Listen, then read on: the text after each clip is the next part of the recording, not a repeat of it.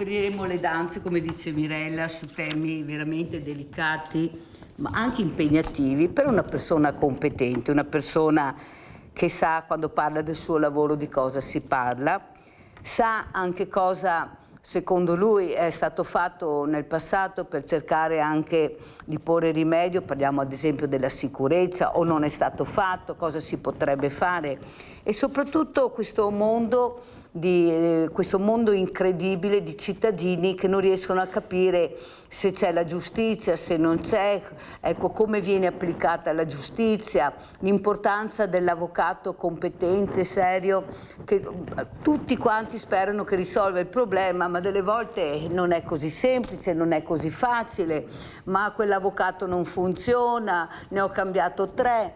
E finalmente poi qualcuno invece arriva e cerca di capire anche la solitudine di queste persone. Io, guardate, tutti i giorni ricevo telefonate incredibili, non vi dico con gli avvocati di sostegno, una cosa incredibile, ma cosa sta succedendo? Allora lo chiederemo questa sera a un graditissimo ospite che è l'avvocato Luciano Meneghetti. Grazie avvocato Meneghetti. Grazie a voi. È un onore per me ospitare l'avvocato Meneghetti, che non è così avvezzo alle telecamere. Assolutamente ecco, no. Perciò pensate, sono anche molto intimidito. Ecco, no, assolutamente no, glielo dico io avvocato, ma soprattutto per sentire dalla sua viva voce. Lui ha fatto parte anche delle forze dell'ordine, della polizia di Stato, perciò ha toccato con mano quella che può essere l'immigrazione, i problemi che ci sono, perché veramente sono problemi che la gente non riesce a capire.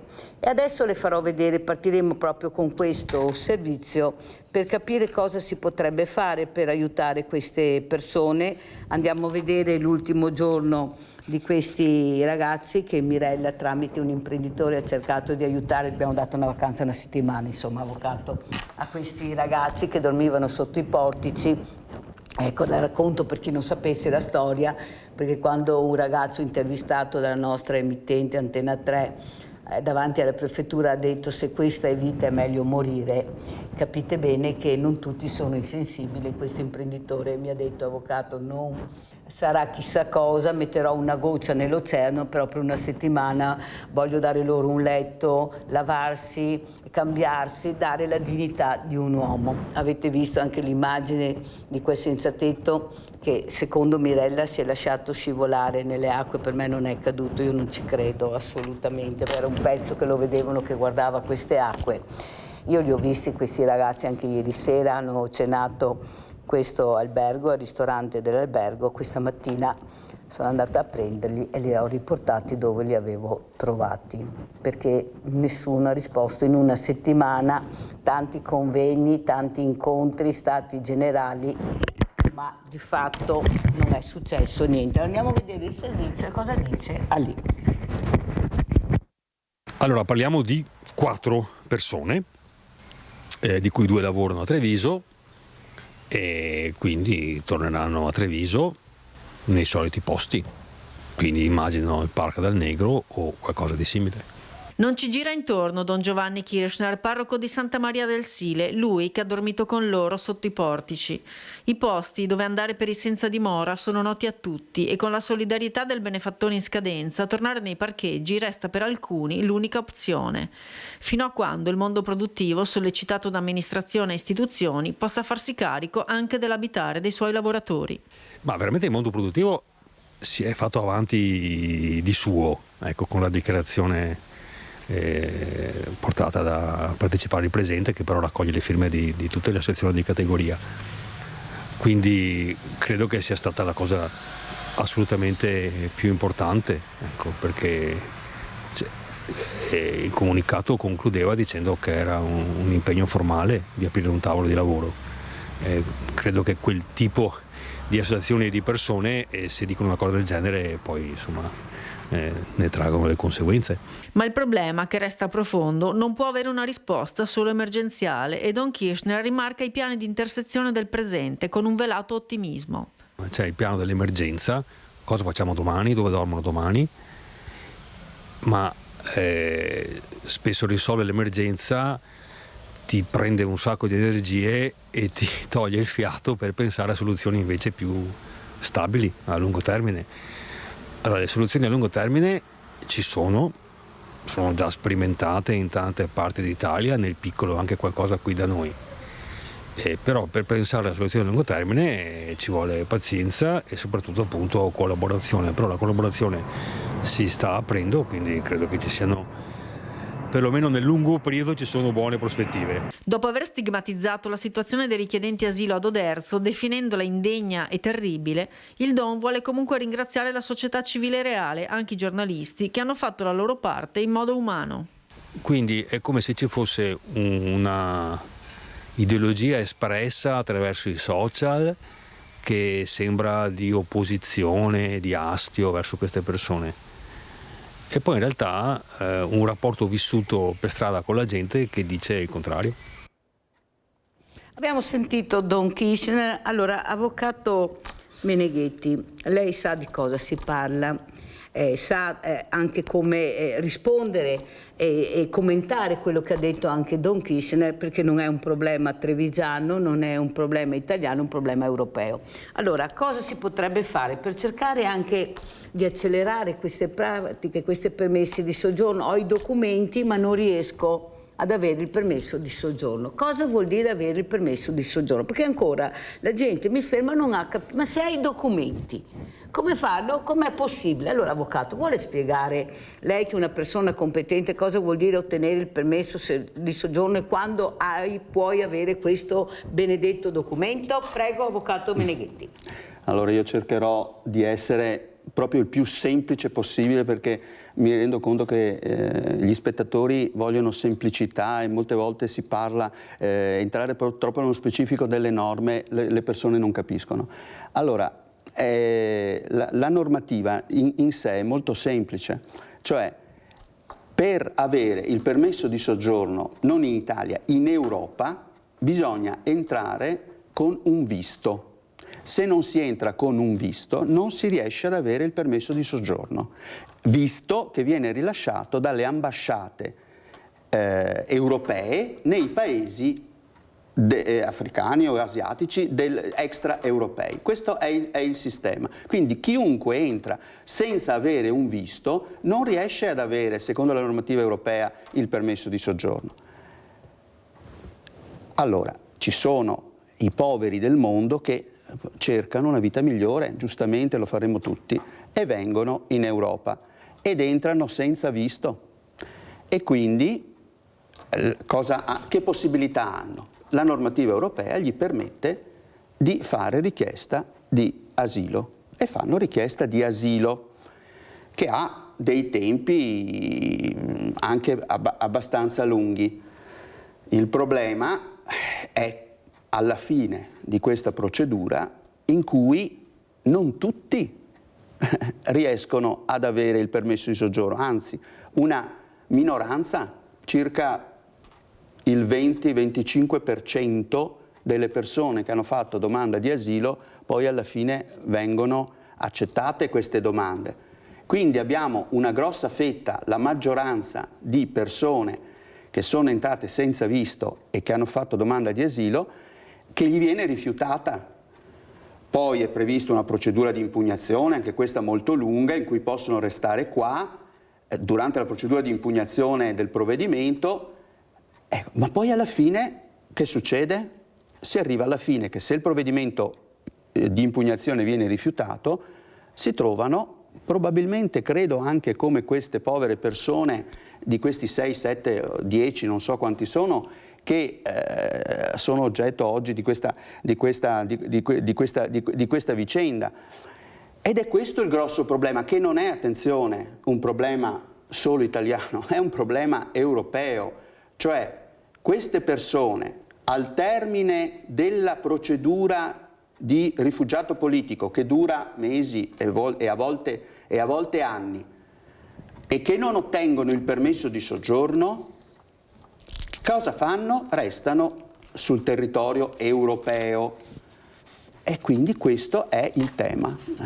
Io credo di essere stato semplice, ma spero che gli spettatori abbiano capito. Chiaro. Il problema è questo. Molto chiaro. Però, c'è un però, allora, avvocato Meneghetti. Allora, noi siamo in un paese che demograficamente è un paese di vecchi. Giovani ne abbiamo pochissimi e tutte le aziende, io qui in questa trasmissione ho dagli industriali alla Confartigianato, cercano lavoro, cercano manodopera. Il problema è che molti di questi ragazzi, ve lo dico io, lavorano ma in nero. Allora, io vorrei anche capire chi è che non vede a questo punto, perché se vedo io e vedono i cittadini quando passano per i campi, quando nell'agricoltura specialmente, ma anche nelle cucine, dobbiamo iniziare a parlarne di queste cose, perché se mettiamo sempre la polvere sotto il tappeto, io troverò sempre magari qualche imprenditore per una settimana magari che aiuterà, ma poi non abbiamo risolto il problema. Non sarebbe il caso, dico io, visto che dico sempre, avvocato Meneghetti, che il ponte Morandi insegna, quando la politica vuole superare la burocrazia lo sa fare e lo riesce a farlo. Capire che queste persone che arrivano, che manca questo maledetto documento che, come dice lei, è una normativa europea, bisogna vedere quando arriva, come arriva, a chi arriva, di iniziare a capire di farli lavorare magari nella maniera giusta, nel modo giusto e cercare di dare la possibilità di avere anche loro una dignità di vita. Non sono mica tutti delinquenti e spacciatori che arrivano, io lo dico sempre. Questi ragazzi che questo imprenditore ha ospitato, anche il presidente degli albergatori ha detto non hanno dato nessun fastidio, comportati benissimo, educatissimi. Allora io vorrei che la politica facesse una cosa, avvocato Meneghetti, che cominciasse a scremare quello che è venuto per lavorare, per integrarsi, per dare anche un supporto alla famiglia che non ha, e quelli che vogliono delinquere, che lei sa benissimo, sappiamo chi sono, abbiamo nomi, la polizia, i carabinieri, la guardia di finanza, vediamo chi sono quelli che non vogliono integrarsi. Non è che siamo a New York, abbiamo città a misura d'uomo. Io vorrei capire perché non si fa questo, perché si continua a dire e sono tanti, ne arriveranno sempre di più e non possiamo, invece di vedere quelli che abbiamo in casa con i documenti, perché quelli che ho ospitato in albergo non è che sono senza documenti, hanno il passaporto, hanno i documenti che servono. Allora io mi domando, ma allora o si vuole integrare e iniziare a capire che così non andiamo da nessuna parte, uno contro l'altro non si risolve il problema, anzi la rabbia fa male a tutta la comunità, la violenza non fa bene, è l'integrazione che fa bene. Io ho banco alimentare dal 2010 in provincia, avvocato Meneghetti, l'unico banco alimentare in Europa, all'interno di in Italia, scusa, all'interno di un ente pubblico, io non ho mai avuto problemi, e sì ne ho, di paesi che vengono, di persone che vengono, però le regole sono regole. Tu devi rispettare le regole se vuoi mangiare, se vuoi vestire, se vuoi i giocattoli, se vuoi i libri di scuola. Io non ho mai avuto problemi, anzi si aiutano tra di loro, anche con gli italiani che vengono, i veneti che vengono. Allora c'è qualcosa che non mi torna. Allora questo sistema, a mio avviso, avvocato Meneghetti, va bene a qualcuno, perché non è possibile che noi non riusciamo. Cosa saranno? 100 persone? Saranno 100 a Treviso, io vorrei che li mettessero tutti in fila però. 200? Sono un po' di più. 200? Volete che in una zona come la nostra, o questo Triveneto, non riusciamo a trovare occupazione e dignità a queste persone? Io non ci credo. Mi permetto Prego, di dire, prego. le porto un'esperienza personale per darle i numeri. Certo. La mattina del 5 novembre del 1998 era il primo giorno della sanatoria del 98 e il primo giorno in cui gli immigrati potevano venire in questura a fare la domanda per il permesso di soggiorno in sanatoria, e quindi il primo giorno abbiamo cominciato a dare gli appuntamenti. Il primo giorno, 5 novembre 1998, mi è venuto in mente l'episodio perché lei ha citato questione di numeri 100, mi sono permesso di dire sono un po' di più. Beh, il 5 novembre del 1998 abbiamo dato più di 6.000 appuntamenti a persone che erano irregolari a Treviso e che che volevano il permesso di soggiorno. Il primo giorno, poi le domande si potevano presentare per un mese. Quindi mi permetto, signora, di dire che i numeri sono ben più grossi. Ce li facciano vedere. Sono i numeri di persone irregolari sul territorio sono ben più grossi. Io adesso le ho portato un aneddoto del 1998, ma non credo di andare molto lontano a pensare che i numeri, se non sono quelli, sono anche forse aumentati, perché con la procedura che è entrata in vigore successivamente negli anni 2000, questa procedura della richiesta di rifugiato, perché la normativa sull'asilo l'Europa l'ha creata e l'ha fatta entrare in vigore nei primi anni 2000, i numeri sono grossi. Possiamo vedere i numeri in base a quello che succede in questi giorni in Spagna. La Spagna, il governo spagnolo ha fatto una scelta politica di tornare a fare una sanatoria. Erano, io penso, anni che un paese europeo non faceva una sanatoria come si faceva una volta, come sta facendo il governo di Spagna.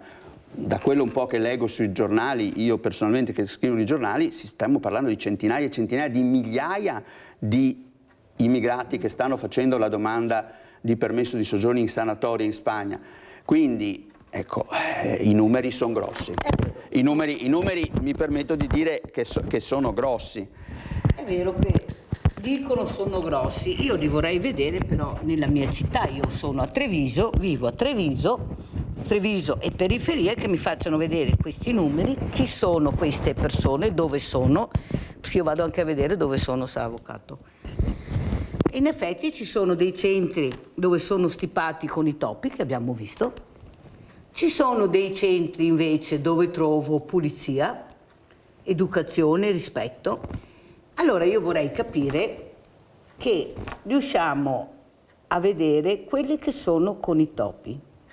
Quanti sono quelli che sono all'interno di questa caserma? Sto parlando di Oderzo, l'avete visto le immagini.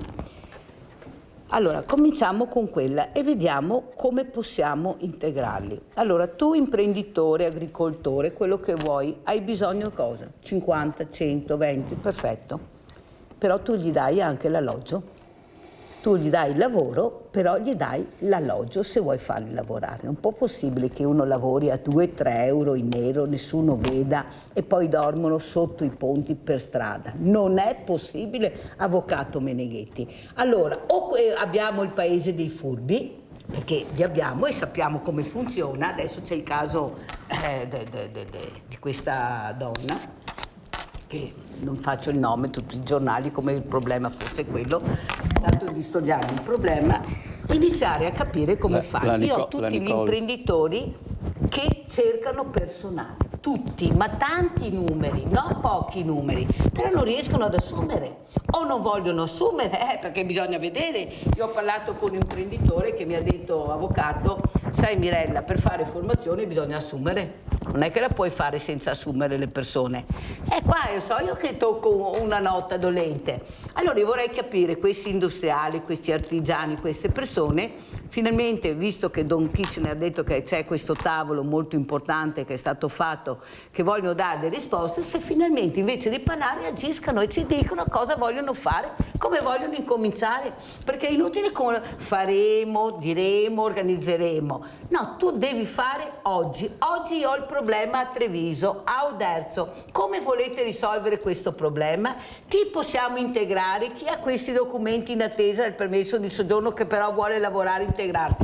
Perché è inutile che continuiamo. Se questi non raccolgono più la verdura, noi non mangeremo più, perché è inutile che ce la giriamo. Quelli che non vogliono i pakistani, però vanno a mangiare nei ristoranti dove ci sono i pakistani, gli egiziani, i marocchini in cucina. Cioè, diciamoci la verità, avvocato. Allora lei, oltre a sapere come ha spiegato, è anche avvocato. Allora si vuole risolvere il problema o si vuole dire faremo, sempre col zio Remo, arriveremo? E è passata una settimana e devo ancora ricevere una telefonata, perché questi ragazzi ritorneranno dove sono andati, perché nessuno si è preoccupato di vedere dove accoglierli, se ci sono delle strutture al momento vuote, con bagni, e ce ne sono, ve lo dice la Mirella, tantissime. Adesso non serve neanche il riscaldamento, perché non siamo più con riscaldamento. il problema è che non lo vogliono fare, credete alla Mirella, non vogliono, perché devono diventare queste strutture, devono diventare hotel a 5 stelle, devono diventare grandi condomini per grandi ricchi. Vedete che fanno case per i poveri, per le persone normali, vedete voi che fanno, no, hanno assegnato cosa, 20 appartamenti, c'è la coda enorme. Allora, avvocato, la mia domanda è questa: secondo lei c'è la volontà da parte di queste importanti associazioni, sto parlando di industriali, di Confartigianato, di Confcommercio, finalmente di agire con questi stati generali che devo ancora capire poi cosa producono? Ma guardi, io naturalmente non ho i contatti diretti con il presidente dell'associazione industriali, quindi quello che può fare francamente non sono in questo momento in grado di dirlo. Però posso, per quanto riguarda la normativa e l'aspetto fondamentale che giustamente lei poneva, che è quello dell'alloggio, teniamo presente una cosa, che la normativa non è che non tenga conto dell'alloggio, cioè a parte queste persone che hanno fatto la procedura di rifugiato politico e che si trovano magari alla fine della procedura in mezzo a un guado e non sanno più cosa fare, quelli che entrano per lavoro, la normativa per lavoro prevede che l'imprenditore che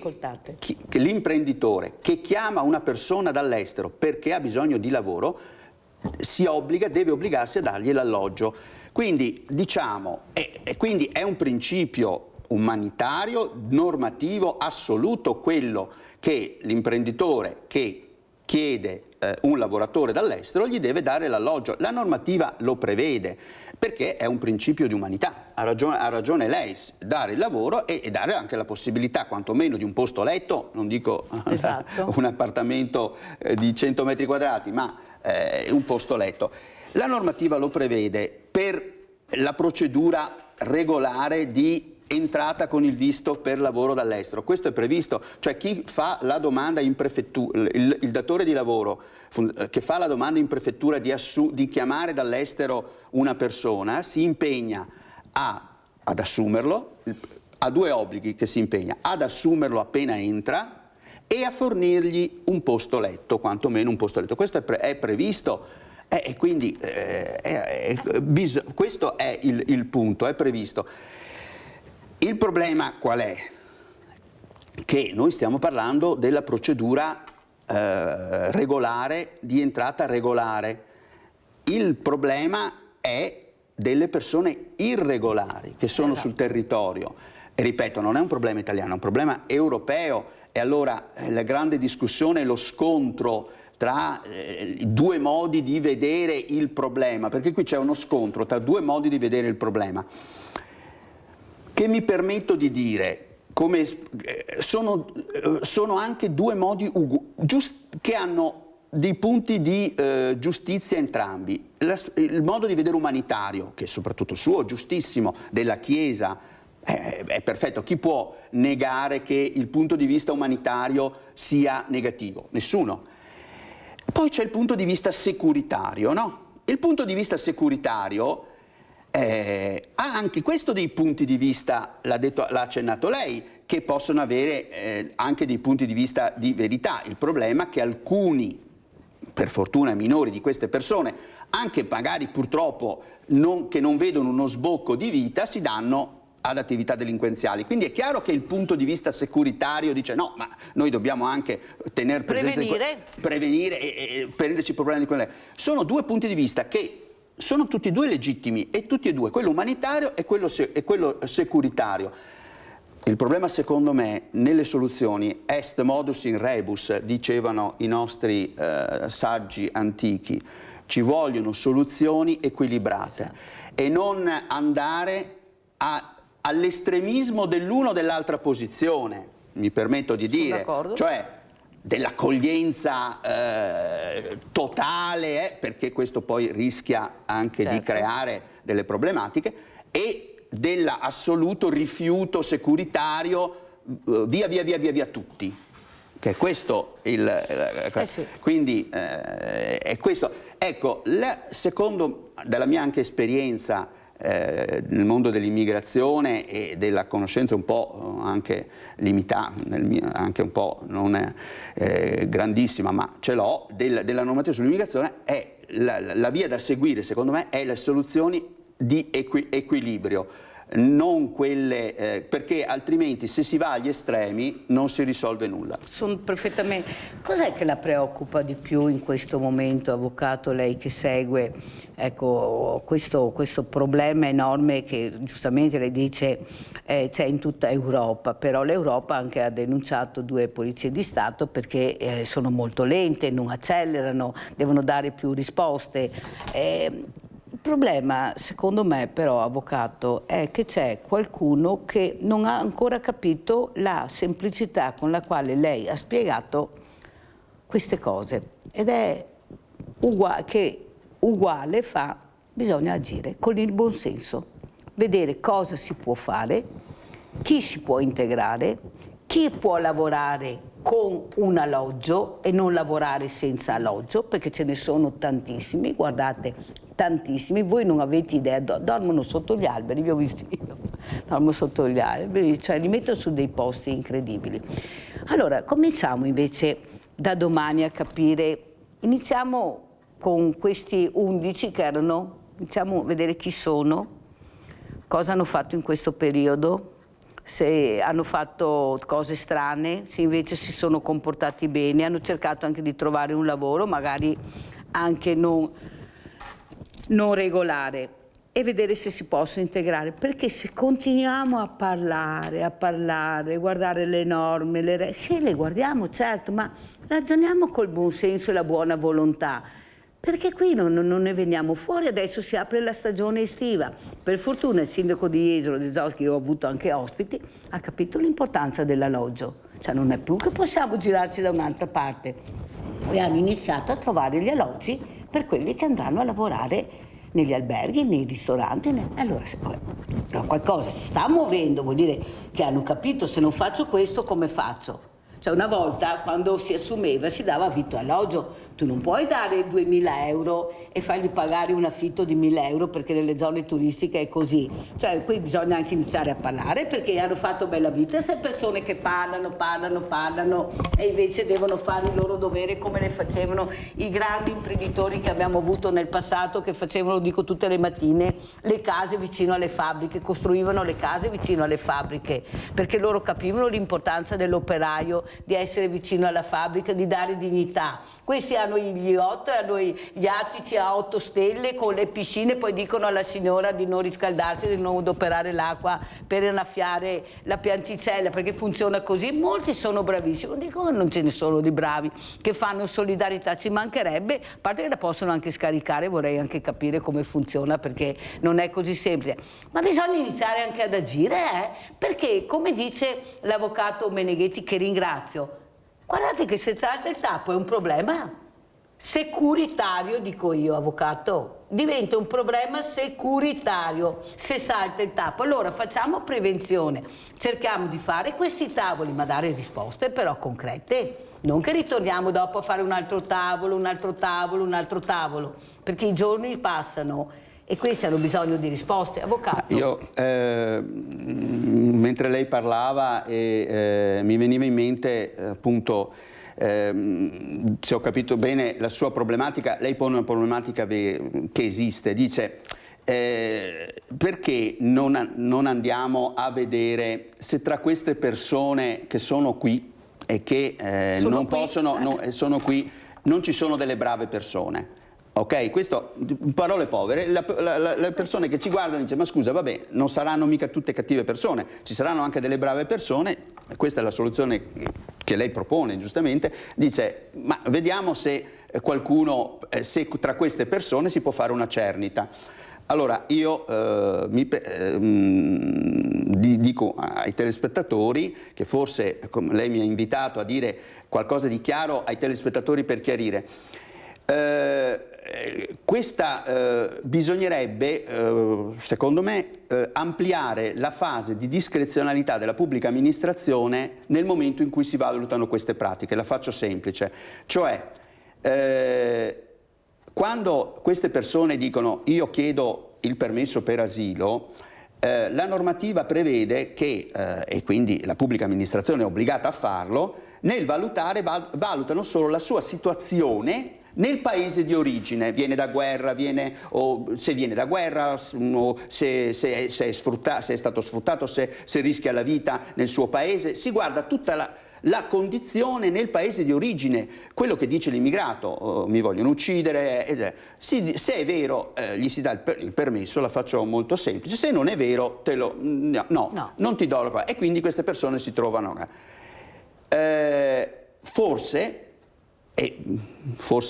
credo di interpretare anche il suo pensiero, forse una proposta, ampliare la discrezionalità della pubblica amministrazione, che nel momento in cui valutano queste domande non limitarsi solo a una valutazione della condizione di questa persona, di questo straniero nel suo paese d'origine, ma ampliarla anche, dice lei, e mi può trovare anche d'accordo, e mi trovo d'accordo, a come si è comportato qui. E quindi se io esamino la domanda di una persona che magari non ha le condizioni previste dalla normativa sul rifugiato politico, perché in effetti non è un rifugiato politico, perché è venuto in Italia o in Europa per trovare una vita migliore, e quindi non è previsto il permesso per rifugiato politico chi viene in Europa per trovare una vita migliore, però è una brava persona, si è integrato, vuol lavorare, ha trovato lavoro, eccetera, eccetera, magari trovare nelle pieghe di questa procedura la possibilità di ampliare la discrezionalità della pubblica amministrazione per ampliare lo spettro delle persone a cui si può dare il permesso di soggiorno, perché allo stato attuale si valuta la situazione dello straniero nel paese di origine, non vieni da guerra, non rischi la vita di tornare al tuo paese di origine, niente permesso di soggiorno, punto, finisce là la storia. E quindi non si valuta minimamente la condizione in cui o la possibilità della persona qui in Italia. Trovare magari nelle pieghe della normativa la possibilità, qui bisognerebbe però cambiare un po' la normativa, per ampliare, dando la possibilità alla pubblica amministrazione di avere la discrezionalità di valutare maggiormente il caso concreto, ma non con riferimento solo alla situazione dell'immigrato nel paese di origine, esatto, perché altrimenti è chiaro, non è un rifugiato, te lo rifiuto, ma con riferimento anche al caso concreto dell'immigrato nel paese di arrivo. Sto parlando di paesi di arrivo, non solo Italia, questo è un problema dell'Europa. Io le altre normative europee non le conosco più o meno quella italiana, e quindi questa discrezionalità non c'è, o molto limitata. Quindi sarebbe di trovare che il legislatore potesse ampliare, dando alla pubblica amministrazione una discrezionalità maggiore per vedere. E qui, perché? Questo è dalla mia esperienza problematica. Guardiamo l'aspetto securitario. Noi dovremmo maggiormente, da un lato, ampliare questa discrezionalità per magari vedere di dare la possibilità di vita delle persone qui che hanno possibilità di vita, di persone, e dall'altro avere magari, questo ci permetterebbe di avere anche magari un maggiore occhio securitario, perché io adesso la normativa prevede, sei irregolare? Perfetto, la soluzione è il rimpatrio forzato per tutti. La normativa prevede, la faccio semplice perché è complicatissima, i casi sono complicatissimi, la faccio semplice per gli spettatori. La normativa prevede: sei irregolare, non puoi avere il permesso di soggiorno, devi essere rimpatriato. Non ci sono santi, gli spettatori devono capire, non ci sono santi, devi essere rimpatriato, forzatamente. E se non sai da dove viene, dove lo mandi? Allora, devi essere rimpatriato. Se l'amministrazione ha difficoltà a rimpatriarti perché non hai il passaporto, eccetera, la legge prevede i centri, che viene la detenzione amministrativa. Ora, e questo mi permetto di dire, la detenzione amministrativa, che è detenzione, però è amministrativa, dentro i CPR sono previsti per tutti irregolari, con la preferenza, dice la legge, per chi ha commesso dei reati, per chi è pericoloso socialmente. Allora, per esempio, si potrebbe limitare la detenzione domiciliare solo ai pericolosi socialmente. Ecco che ci si concentrerebbe solo sulle persone pericolose socialmente. Così invece la detenzione domiciliare la detenzione è per tutti, la detenzione amministrativa. Quindi questo potrebbe essere piccole soluzioni, sarebbe piccoli passi in avanti, che non esclude il problema securitario che esiste, perché è chiaro che tutti i fenomeni immigratori determinano un indotto tra virgolette criminale, ma questo in tutta Europa è sempre esistito, da che mondo è mondo l'immigrazione è fatta così. E sarà anche un futuro. E sarà anche un futuro, è inutile che ci lamentiamo. E quindi, quindi da un lato ampliare la discrezionalità della pubblica amministrazione per vedere se si può tener conto anche della posizione dell'immigrato qui in Italia, e dall'altro concentrarsi su chi veramente è pericoloso socialmente. Poi mi è venuto in mente adesso parlando una cosa che mi fa sorridere, no? Quando sento parlare a volte remigrazione, no? Sì, una nuova parola adesso. La nuova parola, che è uno slogan efficacissimo, quello della remigrazione, è uno slogan efficacissimo perché dà nell'immaginario collettivo delle persone remigrazione, allora si possono riportare indietro queste persone. Allora, sul piano dell'immagine, dell'immaginario, è efficacissimo oggettivamente e viene molto sfruttato. Sul piano pratico si scontra con le difficoltà. E quindi perché dico mi fa sorridere? Perché a chi la sostiene gli viene chiesto: ma cos'è questa remigrazione? Ti dà la risposta di quello che già c'è. Cioè ti dice: no, li riportiamo forzatamente nel loro paese, e già è prevista la normativa, quindi dice non è una novità. Oppure li incentiviamo ad andarsene. Allora uno dice: beh, questo dell'incentivo ad andarsene è una novità. Ecco, qui mi fa ridere perché mi ricollego con la polemica della normativa ultima del governo sul compenso agli avvocati. Ma il rimpatrio volontario e quindi la cosiddetta remigrazione c'è già, e non l'ha prevista lo Stato italiano, l'ha prevista l'Europa. Come ho già avuto modo di dire, l'Europa nel 2008 con la direttiva rimpatri ha previsto i rimpatri volontari in tutta Europa degli immigrati. L'Italia si è limitata a ratificare la normativa e prevede il rimpatrio volontario, di cui parlano i sostenitori della remigrazione. E il rimpatrio volontario c'è, e che è quello che hai visto, perché è successa, che c'è stata la polemica sul compenso agli avvocati. È il rimpatrio volontario, quindi che sono le uniche due cose. Ho già avuto modo di dire, non c'è un'alternativa. All'immigrato irregolare o c'è il rimpatrio forzato o c'è il rimpatrio volontario. Non è che lo mandiamo su Marte con un missile, non c'è la tertium non datur, dicevano i latini. O rimpatrio forzato o rimpatrio volontario. Ci sono tutte e due, quindi la remigrazione c'è. Quindi no, la remigrazione non è uno slogan, ma alla fine pratico, dal punto di vista pratico, chi sostiene, posso pensare cosa si potrebbe fare? Aumentare gli incentivi. Vabbè, uno può dire l'incentivo che c'è adesso è poco, al rimpatrio volontario lo voglio incentivare. Ma il rimpatrio volontario è una norma di legge, c'è proprio un articolo dell'articolo legge sull'immigrazione che è stato introdotto nel 2011 a seguito della direttiva europea. Quindi mi fa ridere. Di cosa stiamo parlando?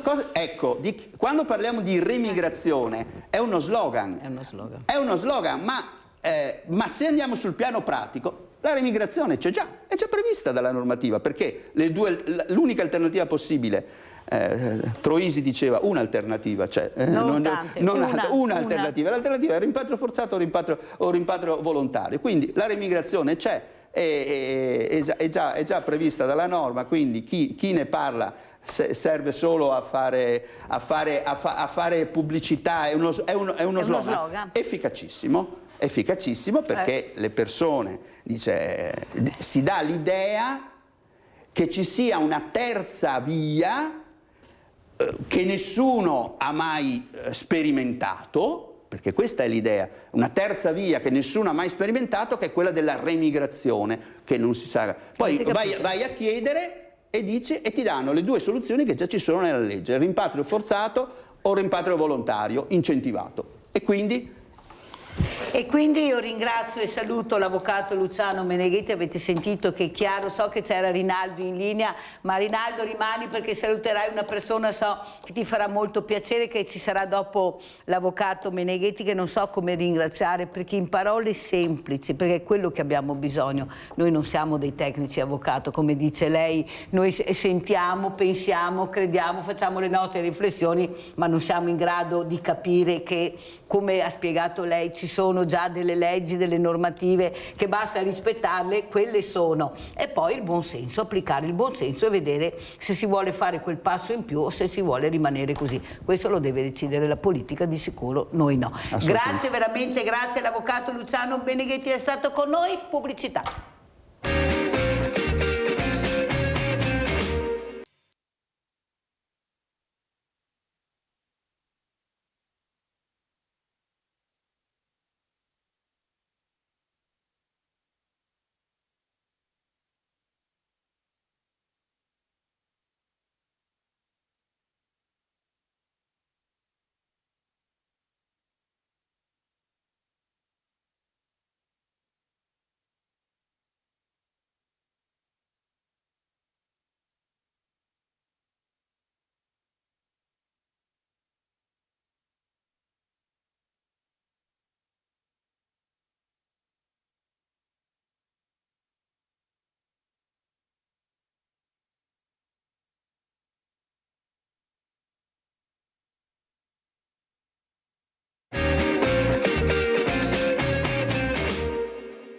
È il momento di dire: io ci sono, noi esistiamo, meritiamo di essere visti, abbiamo gli stessi diritti degli altri, abbiamo la stessa voglia di stare insieme agli altri che hanno gli altri.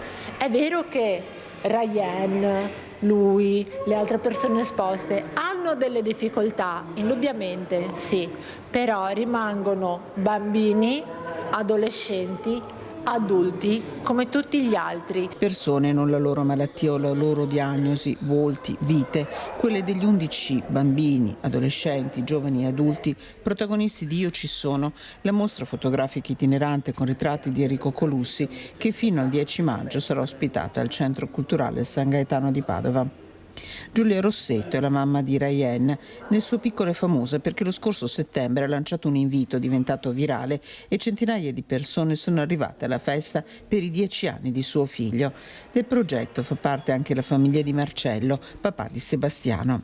Con Enrico Colussi, che è il fotografo che ha fatto queste foto, ha detto: facciamo le foto dei volti in modo tale che se anche non ci sentono, non ci vedono, noi parliamo lo stesso, vogliamo farci vedere lo stesso e farci sentire. Tra gli 11 volti quello di Chiara Irceti, che la sua storia di vita con l'epilessia l'ha raccontata nel libro Sorrido a me stessa e crede nel progetto Io ci sono. Vorrei urlarla questa parola, io ci sono, perché proprio in questa settimana ho avuto delle esperienze dove il non essere visibile è stato, diciamo, la prima caratteristica che ho provato. Allora, questa mattina abbiamo due graditissimi ospiti, uno in particolare. Ci sei? Rinaldo? Sì, che sono. Allora aspetta, guarda chi c'è questa mattina, guardalo qua, Davide Benedetti, eccolo qua col papà Bernardino Benedetti. Io sono sicura che Rinaldo Davide ti vuole salutare, un'ora che al telefono l'ho aspettato, ma dovevo far parlare l'avvocato Meneghetti. Rinaldo, cosa vuoi dire a Davide in questa mostra? Ciao Davide e benvenuto intanto. Ciao. Ciao Davide e benvenuto, mi fa piacere vederti Davide. Bravo per quello anche per me. Che stai facendo, caro Davide, sei una potenza ti dà una forza d'animo, Bea, tu sei un ragazzo speciale. Hai capito, Davide? Certo. Sei proprio veramente bravo. E guarda, sono proprio contento. Che ti diamo una mano. Sei tu che ci insegna a come vivere, perché guardando la tua persona e quello che fai, ci riempi il cuore di gioia. Bravo Davide. Grazie, sono proprio contento. Grazie Rinaldo, grazie. Allora, io so, Davide, che tu vuoi salutare intanto tutte le persone che ti stanno guardando, soprattutto questa mostra cosa vuol dire per te. Lui ha sempre parlato, ha sempre fatto capire l'importanza, e una frase che ha detto a Bernardino, che è il suo papà, e a sua mamma quel giorno alla Loggia dei Cavalieri dove aveva iniziato questa mostra, Io ci sono, poi siamo andati a Spresiano, adesso appunto siamo a Silea e loro sono qui per questo, per invitarvi a visitare questa mostra. Alla fine ha detto: oggi sono orgoglioso, vero Davide? Sì. Allora, cosa vuoi dire Davide? Cosa rappresenta per te questa mostra? Beh, per me vuole tutto questa mostra, perché davvero sono cose importanti, anche perché abbiamo sentito prima, perché davvero io mi valorizzo di come sono e di quello che faccio, perché quello che faccio sono cose importanti per un domani che io possa davvero integrare in mezzo alla società di quello che sono e di quello che faccio. Ma quanto bravo è Davide? A parte che Davide ha già un lavoro, fa il cameriere, siamo riusciti a trovare, vero Bernardino? Invece Bernardino, papà vuole dire una cosa come familiare, come genitore. Allora, cosa vuol dire per te questa mostra, queste mostre itineranti? Avremo 20 comuni da visitare, poi andremo a Venezia, negli alberghi. Prego Bernardino. Beh, questa mostra potrebbe essere l'inizio della consapevolezza che hanno i diritti, la consapevolezza di prendere coscienza dei diritti che hanno le persone con disabilità, che dovrebbero avere gli stessi diritti di tutti, cosa che finora non c'è. Allora noi cerchiamo di farli vedere in maniera che la gente prenda coscienza e si renda conto che ci sono anche loro. È molto difficile perché già mettere in esposizione le figure delle persone che hanno disabilità non sono tutti d'accordo. Però noi passiamo oltre perché capiamo che la problematica non può essere vista solo dal punto di vista sociosanitario, perché non si può parlare solo di sanità, perché non sono tutti malati, sono persone normali, quindi deve essere vista la questione da un punto di vista culturale. Dobbiamo fare quel passo in avanti in maniera che ci dia la possibilità di integrarli tutti e vivere tutti nella nostra società. Però mi premeva anche dire come vivono le persone che hanno in famiglia delle persone con disabilità. Perché vorrei parlare di genitori. Per esempio, avete mai avuto un bambino che magari ha avuto delle problematiche da piccolo, che stava male, non è andata dal medico, non avete trovato la soluzione? Poi avete dovuto andare da un professore che in qualche maniera poi ha trovato la soluzione. Vi siete sentiti a disagio, vi siete sentiti male, vi siete sentiti impotenti di fronte a questa problematica. Per chi ha una persona con disabilità queste problematiche dovete moltiplicarle per l'infinito, perché evidentemente dalla disabilità non si guarisce più.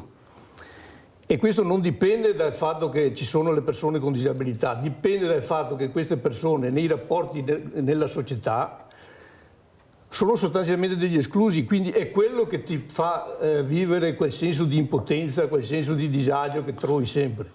Adesso le cose stanno un po' cambiando, troviamo che ci sono anche delle persone sensibili. Abbiamo inaugurato la mostra l'altro giorno a Silea. Ecco, e allora diciamo quanto dura anche questa mostra e dove si trova, perché non ho le foto purtroppo, prego. Questa mostra è stata sono state appese le fotografie sulle pareti della biblioteca di Silea e durerà fino al 27 all'esterno, che sono visibili nel percorso che c'è anche lungo il Melma, si possono vedere benissimo.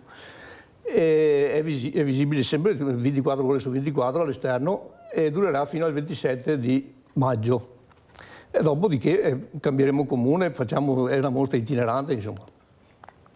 Allora Bernardino, una cosa che tu hai detto molto chiara è capire se qualcuno di noi vuol fare anche un cambiamento culturale. Capite cosa vuol dire avere una di queste persone 24 ore su 24 e capire chi è questa persona, come possiamo aiutare anche questi genitori, questa famiglia. Io dico semplicemente con la parola integrando, chi è capace di lavorare, dare un lavoro serio, perché non abbiamo solo gli immigrati il problema, abbiamo anche il problema di fragili che non riescono a trovare lavoro perché non si fidano, perché invece di vederli come una risorsa vedono come un problema, perché assumere queste persone per qualcuno vuol dire rallentare, non essere così all'altezza della situazione per paura, Non è così, perché se uno ha un diploma, ecco tuo figlio ad esempio ha il diploma dell'alberghiero, giusto? Perciò nel momento che lui ha preso questo diploma vuol dire che è in grado di lavorare, non è che danno il diploma così perché Davide è simpatico, è grazioso, è sempre sorridente,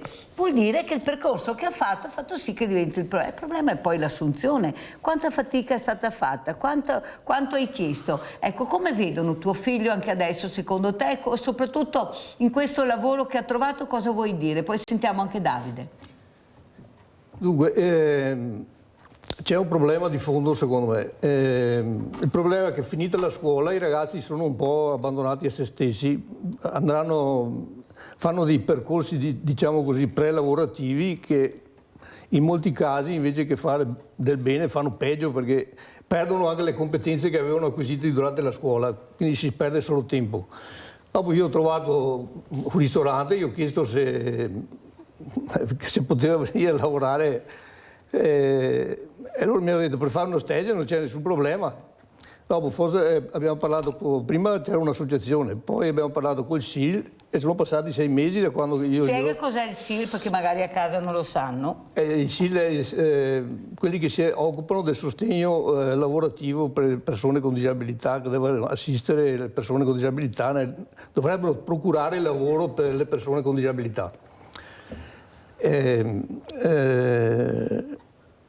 Diciamo che adesso è venuta fuori una nuova legge che parla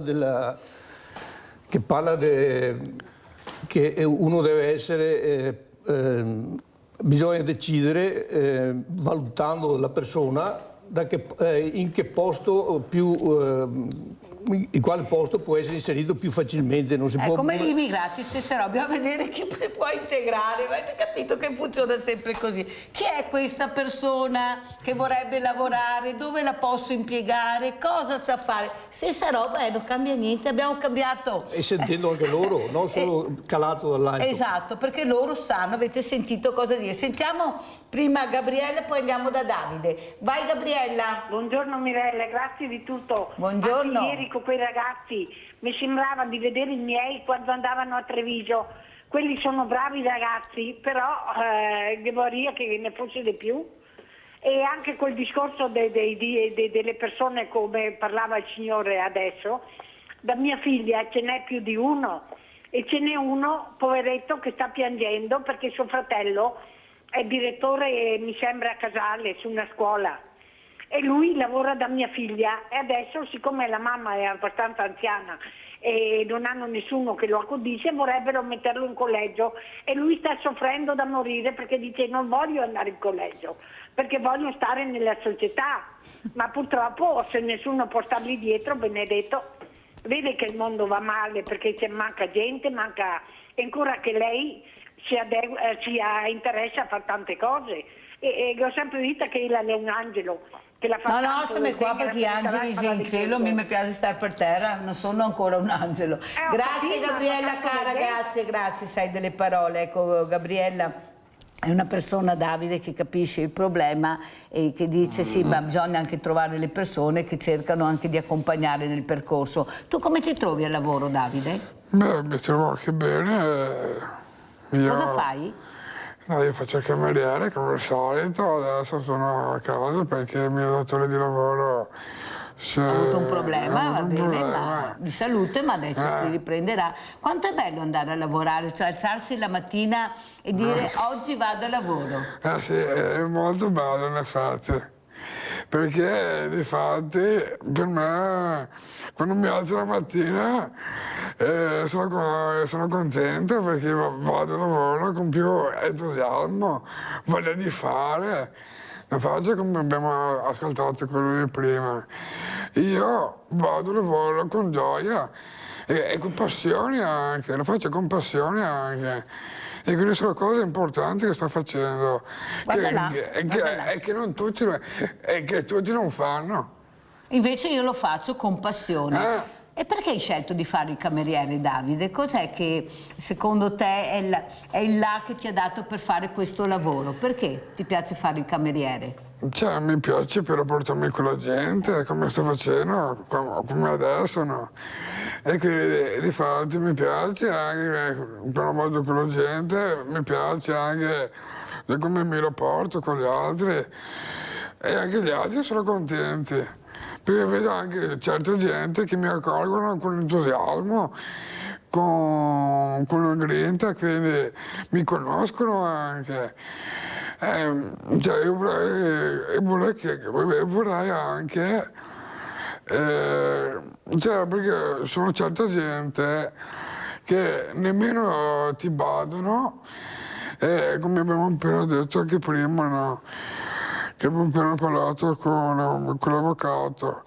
Sono certa gente che sono maleducate e che bisogna cercare di stare attenti a queste persone, perché non è facile.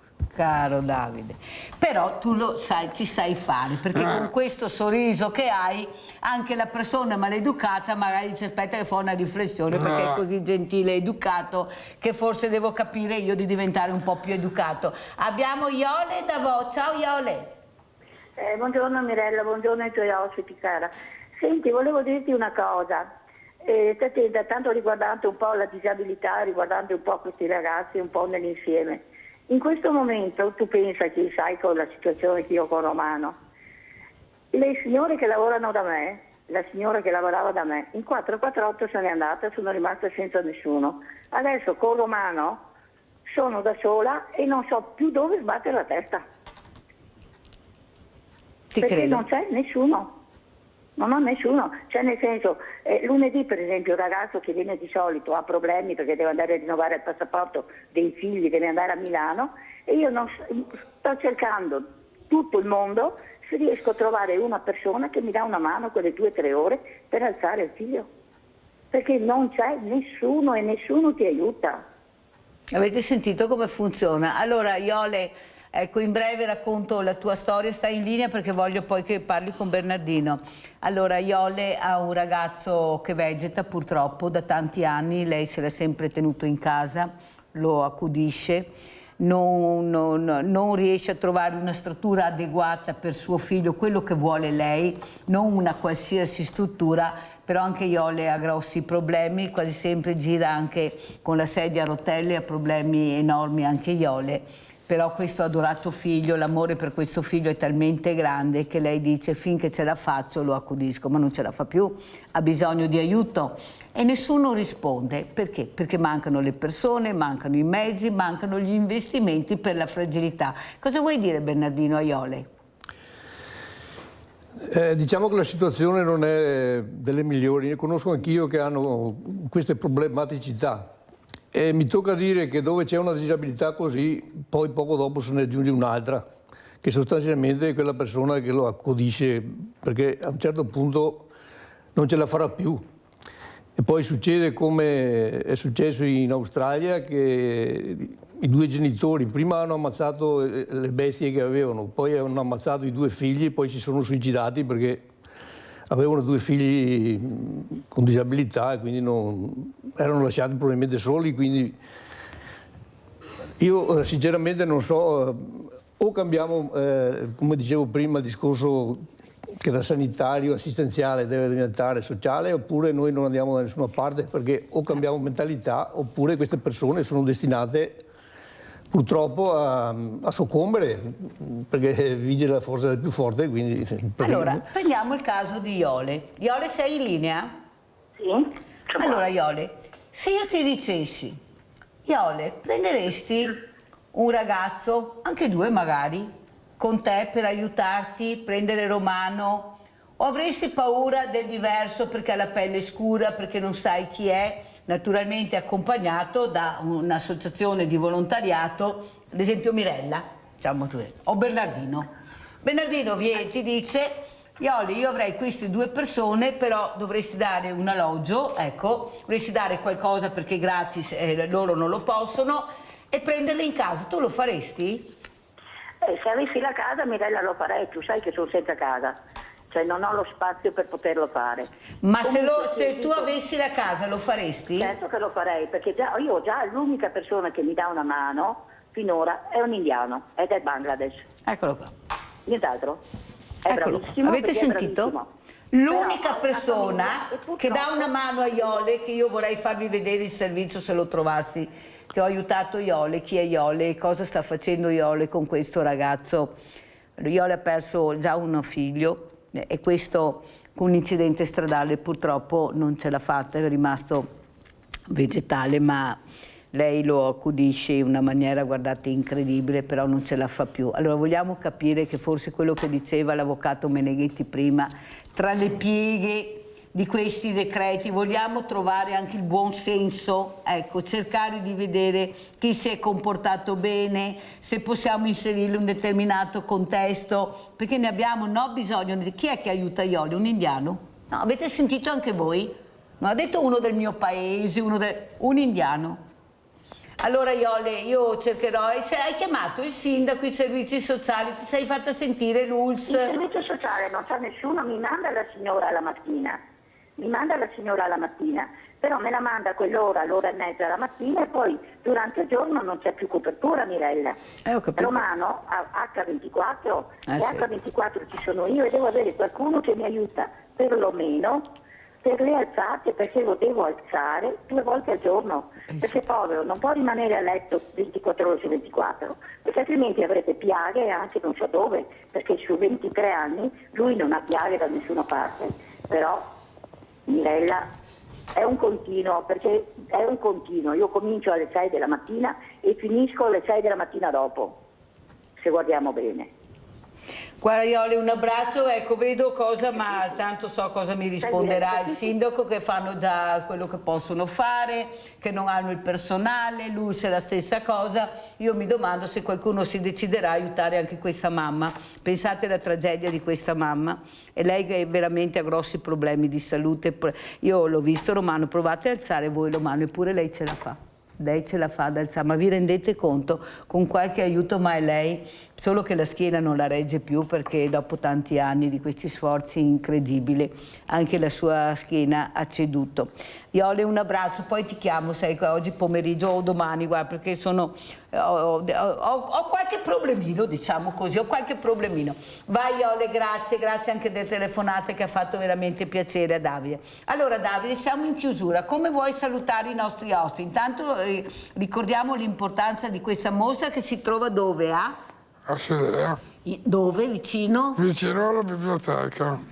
All'esterno della biblioteca. Sì. E durerà fino a, Bernardino? 27 maggio. 27 maggio. Come vuoi salutare i nostri ascoltatori? Ecco, con quale messaggio? Guardala davanti alle telecamere. Davvero, il messaggio che vuole portare davvero è che potete anche venire a vedere, se avete l'opportunità di vedere questa mostra, vi stupirete. Sicuramente sarà una cosa importante che anch'io vorrei condividere insieme con voi in questo momento. Ascolta Davide, e a quelle persone maleducate che entrano nei ristoranti e che magari non si comportano nella maniera adeguata che vorresti, cosa vuoi dire a queste persone? Vorrei che si comportassero bene, guardando in questa mostra che io valorizzo molto, vorrei che anche loro guardassero questa mostra e di capire che si può fare di meglio. Cambiamento culturale, dice il nostro Davide, che ringrazio tantissimo. Bernardino, con quale messaggio vuoi salutarci?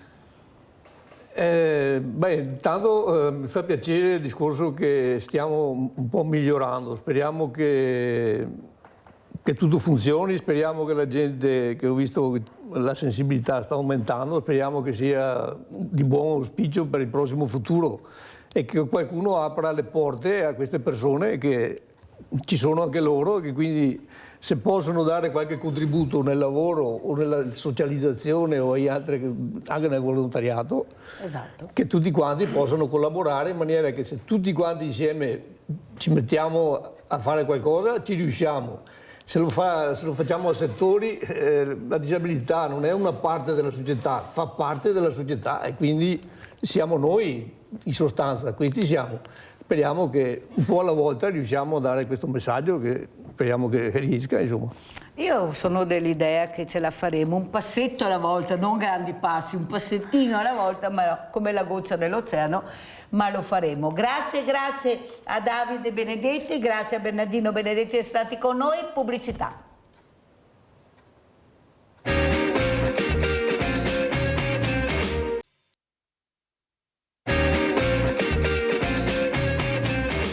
Noi vedremo delle immagini molto belle che fanno ricordare gli anni del rock.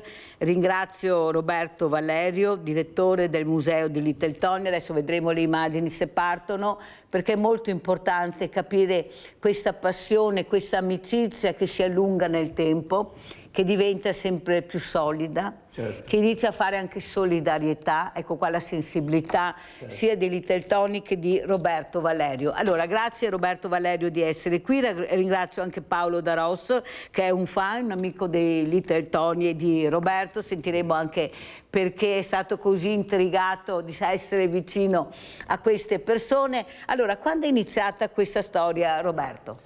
Allora, io ho conosciuto Tony nel 78 a Valdobbiadene, al campo sportivo, che faceva un concerto. Quanti anni aveva?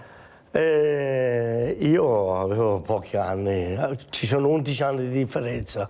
Lui è del 41, io del 52. Ok. Eravamo giovani tutti e due nel 78 e lì è nata questa bella amicizia sempre più forte, ecco. Lui mi ha regalato tutto questo materiale che voi vedete nelle immagini. Mandiamo le immagini, grazie. Mi ha regalato tutto quel suo materiale, che ci sono l'80% della sua storia. Io invito a venirla a vedere perché sono 500 metri quadri di esposizione. Pensate. L'entrata è a offerta. Dove si trova? Spieghiamo bene. A Valdobbiadene, via Mazzolini 15. Ecco, che così sappiamo dove si trova. Valdobbiadene. Si doveva fare a Tivoli, si doveva fare a San Marino, si doveva fare a Montebelluna, ma purtroppo non c'è mai stata la struttura e io dopo 20 anni ho deciso di farlo a casa mia, a Valdobbiadene, perché è anche il palazzo dedicato a Simon Benetton, perché c'è una scala, c'è una storia, ci sono stati 14 anni di esposizione del maestro Simon Benetton, che mio figlio è il direttore del museo di Simon Benetton a Treviso. E allora abbiamo tolto la mostra di Simon Benetton e abbiamo fatto la mostra dedicata al grande amico Little Tony, che è un conosciuto in tutto il mondo, ecco, Tony. Buono, altruista, generoso, molto cattolico, ha fatto centinaia di concerti di beneficenza, Tony, specialmente per persone che dovevano essere operati. Aveva sempre le mani in tasca per aiutare il prossimo. Era di una generosità incredibile. Noi su questo ci assomigliavamo molto e Tony non faceva un passo, se poteva aiutare lo faceva, diceva tanto Roberto domani incassiamo, dov'è il problema? Ecco, questo è domani un altro giorno si vedrà. Domani si incassa e possiamo aiutare chi ha bisogno. Ha aiutato anche un amico d'infanzia. Io cosa volevo dire alle persone che ci ascoltano? Che per gli istituti, i disabili, tutte quelle persone là sono ospiti, non devono assolutamente dare niente, anzi siamo noi che dobbiamo aiutare loro, che siamo nati fortunati. È già venuti diversi istituti a conoscere la mostra dei Tony, sono stati ben accettati, seguiti e non abbiamo voluto assolutamente niente. Per chi mi ascolta, qualsiasi istituto di disabili, persone anziane, siate benvenuti e E dovete venire, basta che mi avvisate un giorno o due prima, siete benvenuti.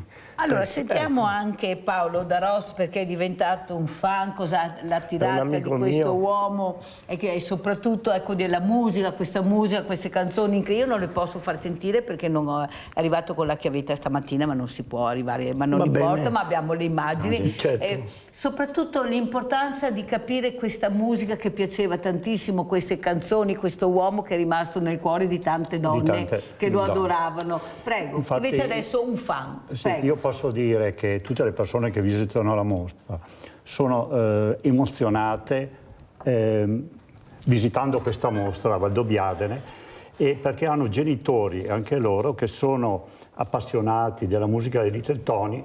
Una signora mi raccontava che sua mamma, nel momento in cui vedeva la televisione Little Tony, baciava la televisione perché era completamente innamorata di Little Tony, e altre persone hanno tutti i dischi e si ricordano di questo passato come un momento felice che li hanno portati a conoscere la musica rock, le varie canzoni, le emozioni di quel momento. Infatti, ascoltando anche queste canzoni, che sono ancora attuali perché vengono trasmesse anche nelle pubblicità di tutti i giorni, si ritorna un po' alla nostra infanzia, alla nostra giovinezza, il piacere di condividere anche con gli altri queste emozioni. Infatti io dico sempre: venite a Valdobbiadene a visitare questa mostra, perché è una passione, è un'emozione che vivete vedendo tutti gli oggetti e anche i vestiti di Little Tony, i rapporti, questo modo particolare che aveva di vestirsi, le frange, gli stivali. Adesso sarebbe modernissimo perché si usano queste. E poi anche l'emozione che trasmette, anche vedendo anche le sue immagini, perché è una persona molto solare e coinvolgente. È molto buona perché tante volte si vede l'artista alla televisione, ma poi attraverso Roberto Valerio ho potuto apprezzare la persona, la sua umanità, il piacere di condividere queste emozioni anche con le altre persone. E questo io dico, Roberto, infatti lui ogni volta mi racconta sempre nuove storie, nuovi aneddoti che lui ha vissuto in 50 anni con Little Tony. Allora sentiamo un aneddoto, Roberto, un qualcosa che è rimasto nel cuore, più magari aneddoti, ma uno in particolare. Beh, intanto il grande uomo, come si è comportato con sua moglie, che erano separati. Cosa è successo? Che si sono sposati a San Marino.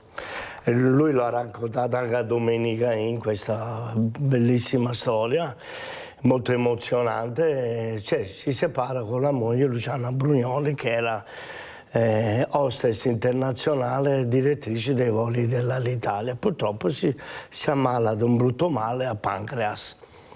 Allora il compagno che aveva l'abbandona, gli amici spariscono, e allora lei, abbastanza preoccupata, chiama Tony e dice: Tony, mi succede questo, questo, questo e questo. E lui la prima cosa che fa, dice: vuoi tornare a casa tua? Che vedrai che troveremo un sistema. Vieni fra 2 ore, fa valigia e torni a casa tua. L'attuale compagna che aveva in quel momento gli dice: Jay, fate la valigia perché torna mia moglie, che dobbiamo risolvere un problema serio. Poi a questa donna gli ha regalato la casa, perché a 2 donne gli ha regalato la casa, perché talmente che era generoso. Arriva la moglie e lui fa centinaia di telefonate finché scopre che vicino a Parigi c'è un centro specializzato per il pancreas. Lui va tante volte a Parigi a portarla, gli avevano detto che gli avevano dato 6 mesi di vita. Lui è durata ben 2 anni e mezzo con le sue cure specializzate. Gli ultimi mesi è tornata a casa di Tony, l'ha messo nel suo letto, gli ha messo 2 donne infermiere 24 ore su 24. Lei sentiva che se ne stava andando, ha chiamato Tony e dice: Tony, vieni qua vicino a me, e io me ne sto andando. Si è rimessa alla fede lei, l'ho abbracciato e lei si è spenta così. Questo era Little Tony, un grande uomo.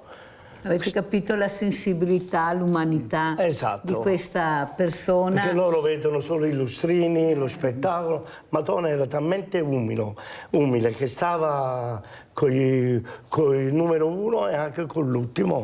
Tanto è vero che è stato dedicato anche un francobollo, eccolo qua. Diversi Roberto ha francobolli, portato, eccoli qua i francobolli di San Luca Marino. Toni dell'anniversario, guardate. Di San Ecco, Marino. cosa vuol dire per te anche questa mattina a Sveglia Veneti ricordare questo uomo, questo personaggio, ma soprattutto noi qui a Sveglia Veneti cerchiamo di tirare fuori l'umanità delle persone. Ecco, io voglio far conoscere... Guardate che belli. Io voglio far conoscere veramente la persona, perché l'artista lo sanno tutti chi è Lite Toni. Ha fatto 10 Sanremo, 24 film, 12 da protagonista, ha venduto 40 milioni di dischi, insomma conosciuto in tutto il mondo e voluto bene dall'imprenditoria, da Popolino, dalla politica sia di destra che di sinistra, perché era uno alla mano, veramente Però alla Roberto mano hai detto buona. una cosa importante, era cattolico. Molto cattolico. Lui alla Madonna del Sacro Cuore di... mi sfugge come si chiama? Divino Amore. Il Divino Amore di Roma. Ogni anno faceva 2 concerti di beneficenza. E poi in pieno agosto ha fatto operare un bambino, ha fatto decine di concerti per aiutare il prossimo, chi aveva bisogno a Montebelluna. Praticamente lui lavorava e una parte consistente del denaro andava in parliamo di beneficenza. Montebelluna perché è diventato cittadino onorario. Magari ne avessi conosciuto Roberto, chissà come mi avrebbe aiutato. Molto. Ecco. Si può sempre fare, signora. Grazie. Siamo qua. Grazie. Ogni tanto dopo trovo gli do anche un'idea se lei vuole. Grazie. Ecco. Montebelluna ha dedicato... Mirella, no signora. Mirella. Allora, Montebelluna, Toni ha dedicato 8 concerti di beneficenza. Uno per il restauro della chiesa del Mercato Vecchio nell'81. E abbiamo rifatto il tetto con ricavato a Parco Mani del suo concerto.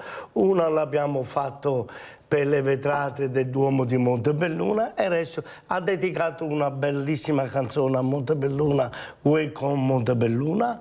Toni ci teneva molto a Montebelluna, ma ci teneva anche a tutto il Veneto, perché lui, io lo avrò accompagnato sulle 3 Venezie 200-300 concerti. Facciamo vedere anche le foto perché a casa sono convinta, eccole qua. Faccio anche questa Facciamo vedere anche la foto, ecco, guardate. Guardate questa chioma corvina, guardate. Questa è la rivista ciuffo. che io ho dedicato a lui. Qui ci sono ben 5 città, perché Lite Toni rappresenta 5 città in Italia. Tivoli, dove è nato e sepolto, San Marino, perché è cittadino di San Marino, perché i suoi avi erano di San Marino, Serravalle di San Marino, perché gli hanno dedicato un teatro a Toni, e in più Valdobbiadene, dove c'è la mostra museo, e Montebelluna, che è cittadino onorario. Il primo cittadino onorario di Montebelluna è Lite Toni nel 95, dopo ne hanno fatto altri 14-15 cittadini onorari, che ben vengono. Lui è stato l'apripista. Cosa volevo dire? Perché c'è questa amicizia, questo gemellaggio nelle 5 città? Perché c'è l'assessore di San Marino che io saluto, che si sta impegnando. Abbiamo fatto anche una riunione nel comune di Valdobbiadene all'inaugurazione, dove c'era il sindaco di Montebelluna che saluto, il sindaco di Valdobbiadene che saluto, l'assessore di San Marino e anche il collegamento con Tivoli. Salutiamo tutti così abbiamo risolto il problema, Roberto. Abbiamo Marin, se non mi cade la linea, Marin da Padova. Pronto? Pronto? Pronto, buongiorno. Buongiorno, adesso ho capito chi sei. Ciao Marin. Pronto, buongiorno. Ti saluto signor Mirella, lei e anche i suoi invitati. Grazie. Volevo entrare ma non ho potuto entrare in diretta anche quando era il signor avvocato Lucio, anche Davide Benedetti, e volevo un pochettino a proposito di invalidità. Sono da 22 anni invalido, ma è più difficile lottare con le istituzioni piuttosto con l'invalidità. Ho lavorato sempre nei cantieri e nelle fabbriche e non ho mai fatto politica come faccio da invalido. non si può immaginare. Volevo chiedere, vi chiedo scuse per l'introduzione, volevo chiedere al signor avvocato Lucio, che è stato invitato prima, per avere una consulenza di un avvocato specializzato in diritto del lavoro o della previdenza, perché ho grandi problemi con l'istituzione INAIL e non lo so risolvere con gli avvocati che l'ho trovati. Posso chiamarlo dopo la chiusura del programma, signora Mirella, per sapere? Certo, ci sentiamo dopo la trasmissione, anzi è meglio domani perché oggi, guarda, è un inferno, però domani ci sentiamo, sai Marin? Ti prometto che ti chiamo domani, lascia il tuo numero, dovrei averlo, ma è meglio che lo rilasci perché ora che cerco il numero passa troppo tempo, perciò lascia il tuo numero, Maria, grazie al telefono. Mi dispiace non sei riuscito a metterti in contatto con l'avvocato che avevamo prima, ma non c'è problema, vedrai, con l'avvocato Meneghetti. Vedrai che in qualche maniera riusciremo a capire se si può aiutare Marin o no. Grazie, sai Marin. Vi ringrazio di cuore. Vi volevo dire anche all'avvocato che non sono stato nessun giorno, nessuna ora clandestino in Italia e ho rispettato sempre tutta la legislazione, tutti. Vi ringrazio di cuore, auguri. Grazie caro Marin. Allora scusa Roberto se avevo interrotto, ma se no mi cadeva la linea, riprendiamo, prego. Volevo dire che queste 5 città stanno cercando di fare un'amicizia fra di loro a nome di Tony e un domani un gemellaggio. Perché questo? Perché ogni anno ogni paese, San Marino, Tivoli, Montebelluna, Valdobbiadene, faremo un evento dedicato all'Intertonia. Allora noi il giorno 6 giugno a Montebelluna viene la Little Tony Family, che è la figlia con il gruppo di Little Tony. L'entrata è libera in piazza, ci sono tutte le musiche e l'immagine di Little Tony. Ogni tanto si sente questa entrata libera, che non è che si senta spesso.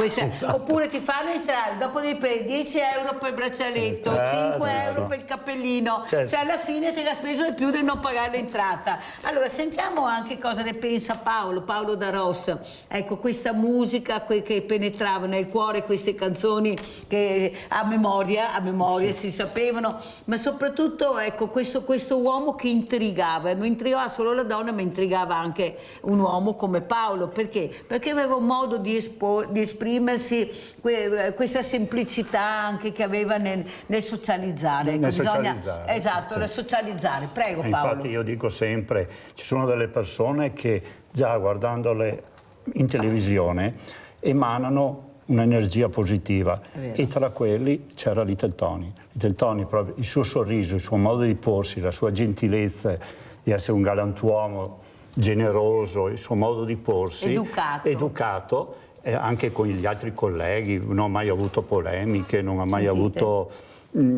screzi. Lui cercava sempre di essere in armonia con loro perché vivevano in quel mondo e pertanto cercava di entrare in comunicazione con loro e di tutti abbiamo difetti, tutti abbiamo pregi e dobbiamo cercare di condividere con le altre persone in quel mondo che è sempre più difficile, che c'era rispetto, molto più rispetto, che il giorno d'oggi ci sono queste meteore che arrivano, ne dicono di tutte le situazioni più particolari e poi non si vedono più per tanti anni. Mentre questo personaggio, questo Little Tony è sempre rimasto nei cuori delle persone perché lui si è sempre posto direttamente, anche nei vari concerti che ho visto, anche delle immagini, lui entrava subito in contatto con queste persone e pertanto condivideva con loro queste emozioni. Infatti io continuo sempre a dire venite a Valdobbiadene a vedere questa mostra con tutte cose originali di Little Tony che ha donato a Roberto Valerio, perché vivete un'emozione diversa. è giusto che è un'epoca. È un'epoca. Ritorni negli anni ecco. passati. È l'epoca più bella che abbiamo avuto dopo il dopoguerra, dagli anni 60 agli anni 80, dopo sappiamo. Come vedi la musica adesso, i giovani di adesso? Perché è vero, ogni età ha la propria musica, è inutile che ce la giriamo, perché io mi ricordo all'inizio quei Beatles, i capelli lunghi, questa musica che non era capita dai genitori, dai nonni, cioè ognuno ha la propria musica, ma Roberto, tu come vedi questa musica, questi nuovi cantanti, questi rapper, questo? Per esempio il Volo, che sono 3 ragazzi stupendi e sono giovanissimi, hanno conquistato il mondo. Ci sono delle realtà molto buone di ragazzi artisti nuovi che meritano fare... E poi ci sono tutti questi personaggi un po' troppo esagerati, ne vorresti imporsi, che purtroppo tanti spariscono dopo pochi mesi, però delle belle realtà ci sono. Abbiamo Nadia da Treviso, vai Nadia! Ciao Mirella, buongiorno Ciao. a te gli ospiti. Io volevo dirvi, ho conosciuto Little Tony negli anni 69-70, stava andando a Montebelluna a fare un concerto e si è fermato da mio papà che aveva l'elettrauto in viale Nino Bixio, Porta Carlo Alberto, si è fermato con la macchina perché aveva un problema. Comunque era quasi deserto, diciamo, era verso le 6:30, 7, mi sembra come che fosse oggi.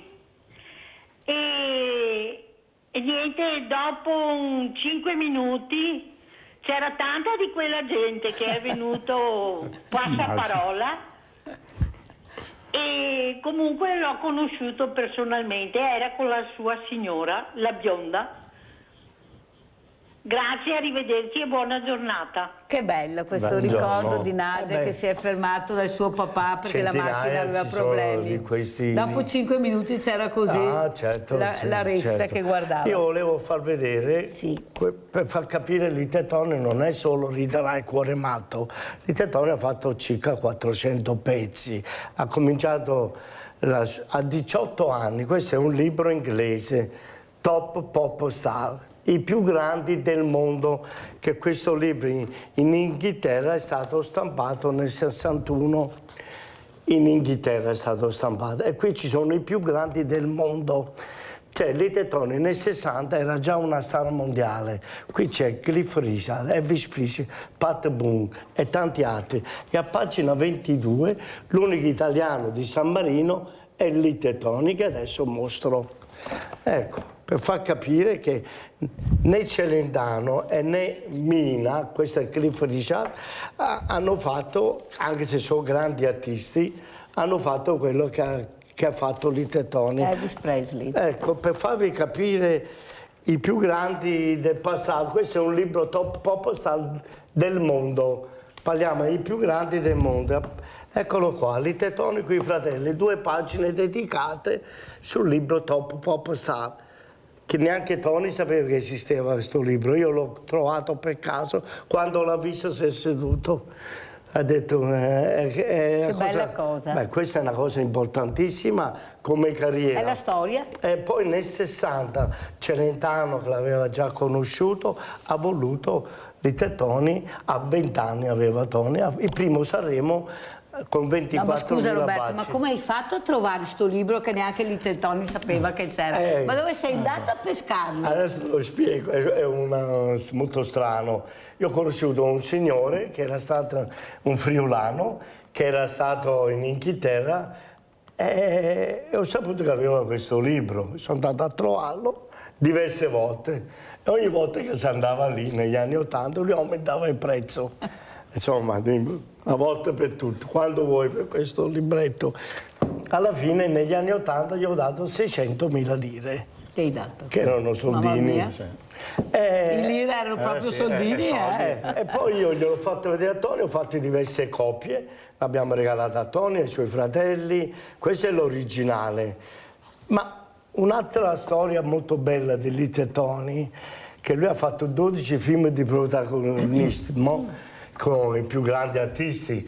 C'era Villanisi, Ugo Tognazzi, Franco Franchi, Peppino De Filippo, Amendola, Vianello, Raimondo Vianello. Erano tutte spalle sue. Perché è successo questo? Perché con Rita Racco Remato, un film che è costato poco più neanche di 3 milioni, ha incassato 2 miliardi. Pensate. 2 miliardi nel 66-67 erano tantissimi. Quando hanno saputo che questa era una gallina dalle uova d'oro, Grimaldi, Corbucci, i più grandi artisti, i più grandi registi dell'epoca, hanno fatto la corte a Toni e gli hanno fatto fare ben 12 film. Alberto Sordi negli anni 60 perdeva 30 milioni a film, a Litetone gliene davano 50, perché hanno sempre guadagnato, sempre. Io volevo salutare anche la famiglia Venerandi, dell'Odissea. Sì, che abbiamo avuto anche ospiti, anche qui noi, sì. È l'imprenditore a livello serate da ballo, il numero 1 in Italia, ha sempre dichiarato che con l'unico artista che non si è mai rimesso è stato Litetoni. Avete capito? Ecco, io sono un amico dei Venerandi, anche di Luciano Biscolo, un noto impresario, caro amico, e volevo far capire chi era Litetone, soprattutto la mostra è permanente, non è che dura 2 mesi o 3 mesi, finché io sono in vita, spero che anche mio figlio Arturo continua, che è compare di Cresima, di mio figlio Tony, e lì siamo aperti dal giovedì alla domenica, orari di negozi. Ripeto. Chi è che frequenta questo museo, che viene a vedere? Perché è bello anche capire se questa storia intriga anche i giovani, i meno giovani. Come no? Allora Tony ha cominciato la carriera in Italia insieme a Celedano con 24.000 baci, però... Non è che si trova una canzone magari da sentire un pochino, con Capriponte ha fatto Figli di Pitagora. Capriponte è il numero 1 di DJ per i giovani.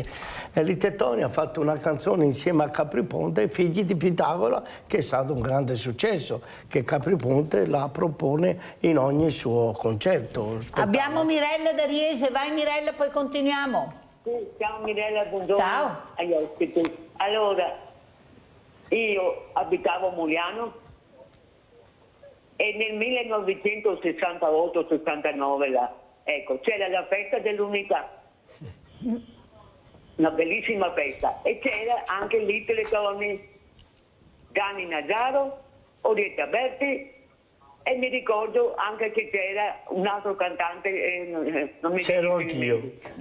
Comunque di lì Teletoni meraviglioso. Aveva un tipo di vestiti, di che tipi di vestiti da guardare, veramente da ammirarlo. E anche mi piaceva Bobby Solo, anche Bobby Solo era un mito, Comunque lì Tony pareggiava tutti, era un mito, proprio un mito.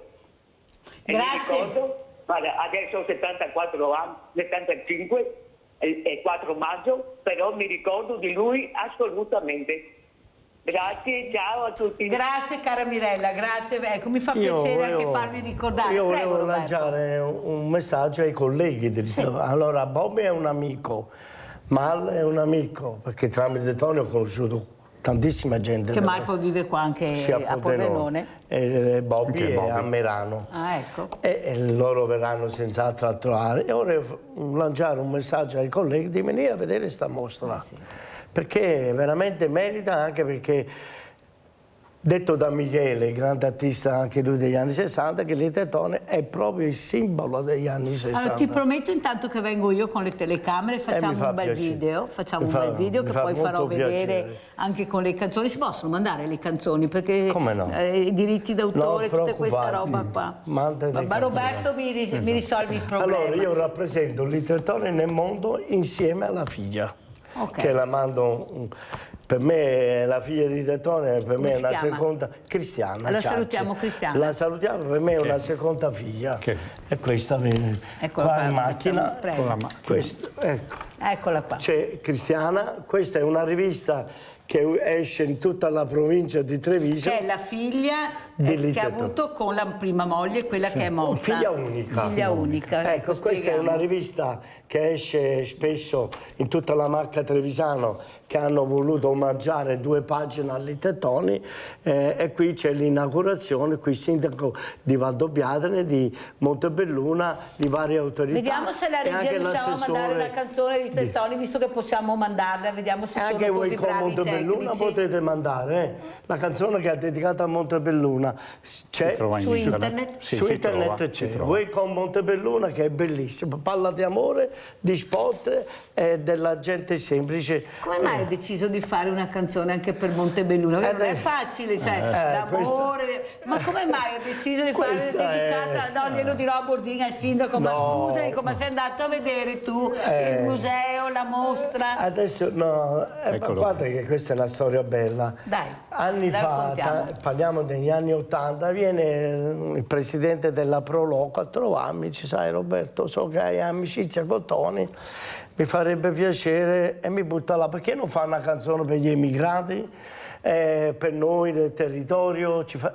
Io chiamo Toni, gli dico, senti Toni, così, a Roberto mi fa, ma Montebelluna, grande rispetto, ma non è né Venezia, né Roma, né Napoli, è un paese importante, niente da dire.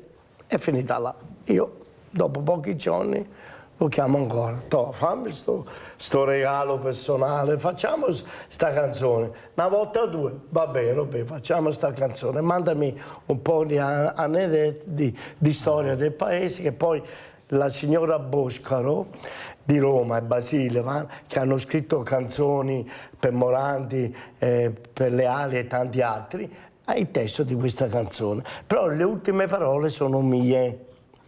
Le ultime parole, che noi non faccio parte della SIAE, però le ultime parole sono mie, che sono queste. Dammi le tue mani, guardami negli occhi, questa notte voglio stare con te a Montebelluna. Questo è il finale. È bellissimo. Montebelluna, ma Montebelluna è una città storica molto importante.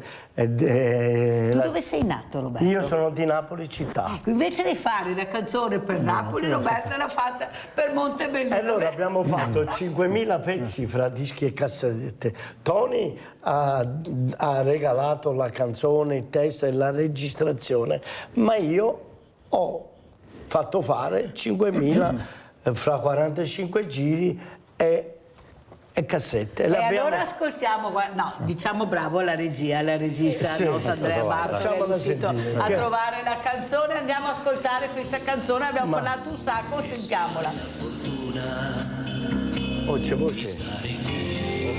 Voce. A Montebelluna si viene cantando all'amore, gente di cuore che vive qui, che sa sorridere, gente operosa, che sa creare fantastiche, scarpe pregiate sportive che vanno nel mondo. Vieni anche tu su questa collina, anche il Padre Grande ne parlò. Con la Madonnina del mercato vecchio, un appuntamento per noi a Montebelluna.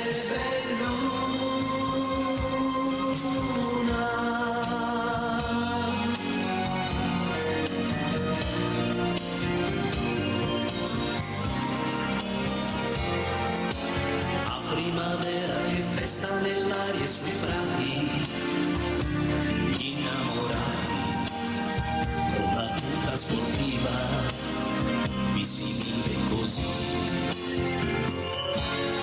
Bevi un buon vino giocando la sera 3-7 e poi con simpatia canti anche tu. Montebelluna, brindiamo all'amore, a chi abbonda mio calice al cielo e penso a te amore mio. Vieni perché tu su questa collina anche Padre Dante ne parlò. Ora la Madonnina del mercato vecchio un appuntamento per noi. Brilla sotto viso una luce nuova e da qualche ora sei con me. Dammi le tue mani, guardami negli occhi, questa notte voglio star con te a Montebelluna.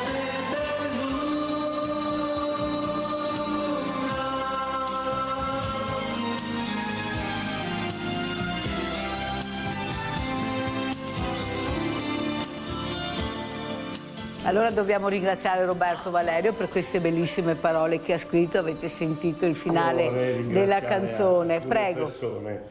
Intanto il mio amico Lallo Zaffaina, l'ex sindaco che ha fatto cittadino onorario Montebelluna.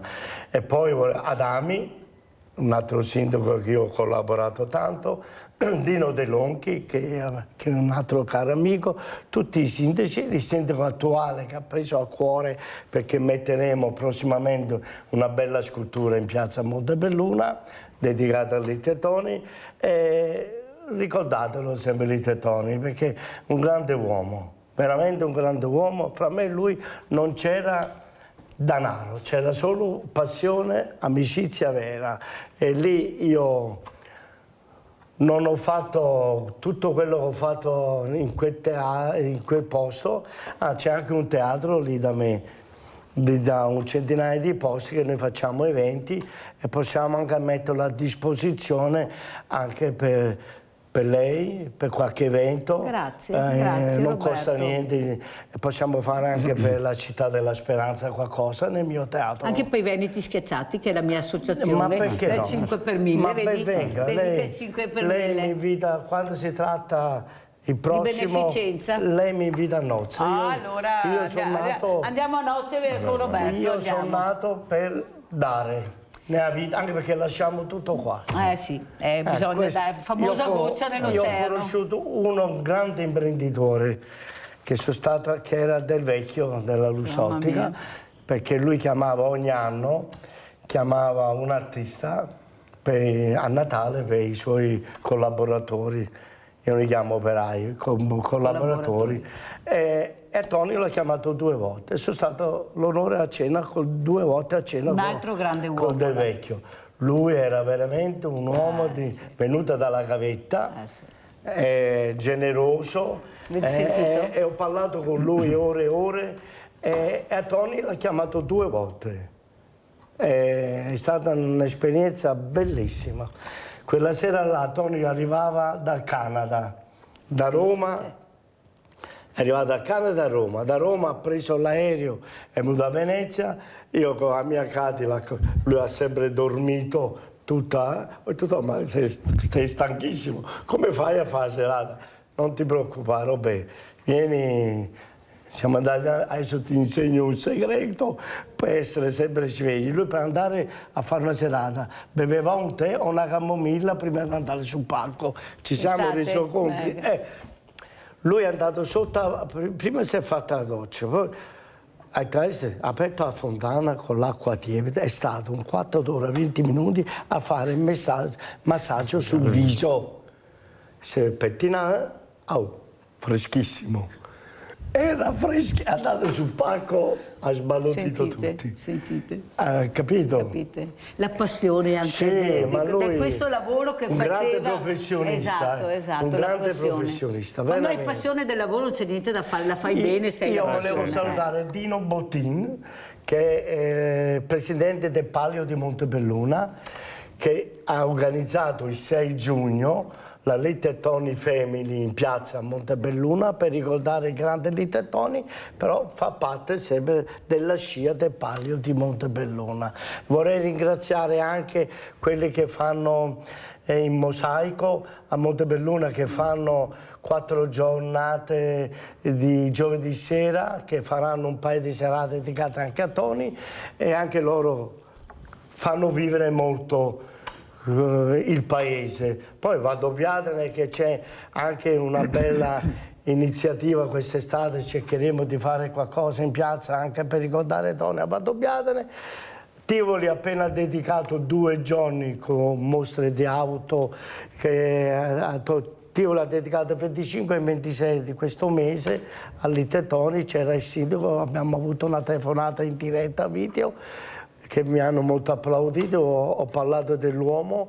Comunque l'Ite Tony è un artista che non sarà mai dimenticato, soprattutto per l'uomo e per la sua bontà. È per quello che dovete venire a visitare, anche noi. Perché non abbiamo voluto far pagare il biglietto? Perché è stata un'idea mia e di Tony che doveva essere a Robese, perché merita minimo 15 euro per quello che c'è, perché io ho girato diversi musei e no, facciamo una cosa, gli ho detto, perché facciamo un'offerta così alla portata di tutti, anche se qualcuno non può dare niente, va bene lo stesso, basta che vengano a vedere la mostra. Hai ragione, ci siamo stretti a mano, faremo così.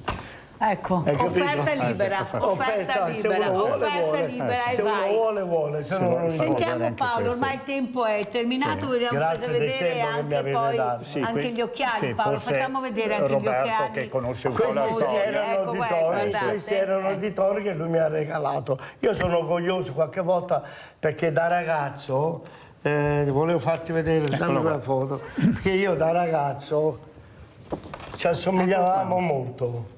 È vero, è vero.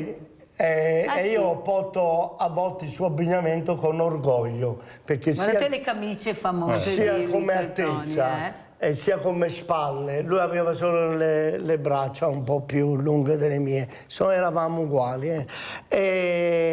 No, il ciuffo no, Roberto. No, il ciuffo devi lasciarglielo a Little Tony. Mi dispiace Roberto, ma il ciuffo... Ma senz'altro, però c'era io ero la brutta copia, intendiamoci.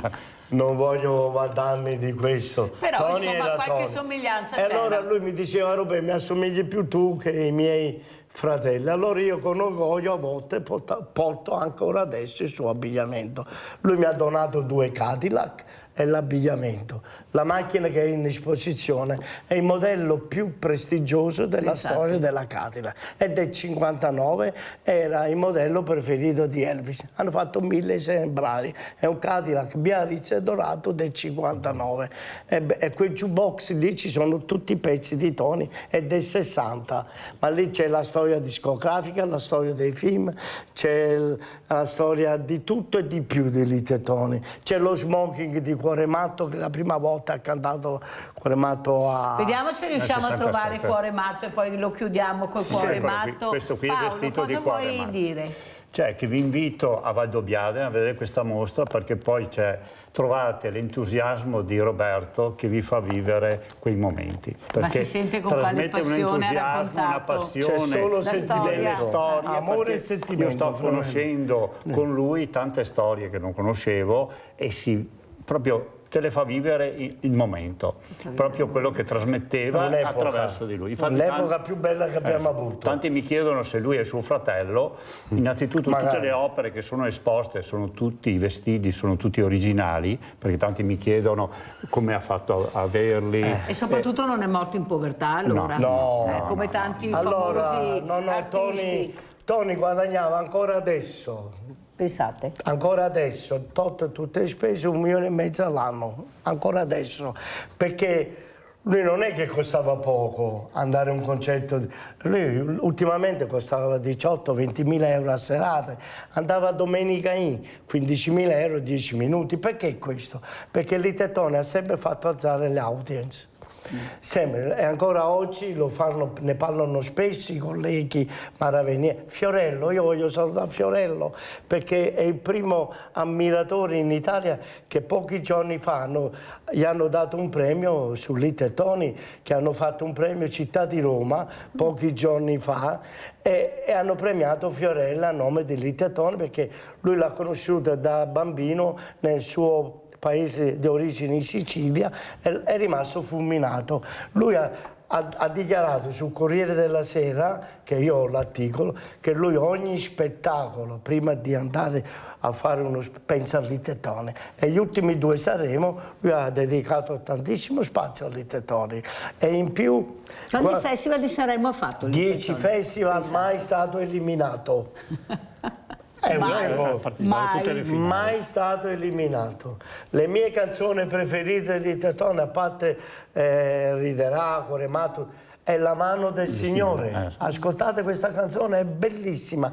E il retro, Credi in te, che sono 2 canzoni attualissime. Ma lui, a parte il rock, che è stato il primo in Italia, ma lui ha cantato tantissime canzoni d'amore, lenti, sì. ha di quelle canzoni, ma ascoltate le canzoni lenti di Tony, Giovane Cuore, Laggiù nella campagna verde, ci sono tante prossime volte, ci sono di quelle canzoni melodiche, di amore proprio, puro amore, perché tutti pensano di dare a cuore matto, ma Little Tony ha fatto, ripeto, 400 pezzi, è stato un ragazzo prodigio, a 18 anni, ripeto, era in classifica al 2° posto in Inghilterra con Too Good nel 59, Too Good è arrivato secondo in classifica in Inghilterra e per quello ha fatto 12-45 giri in Inghilterra, era una star in Inghilterra.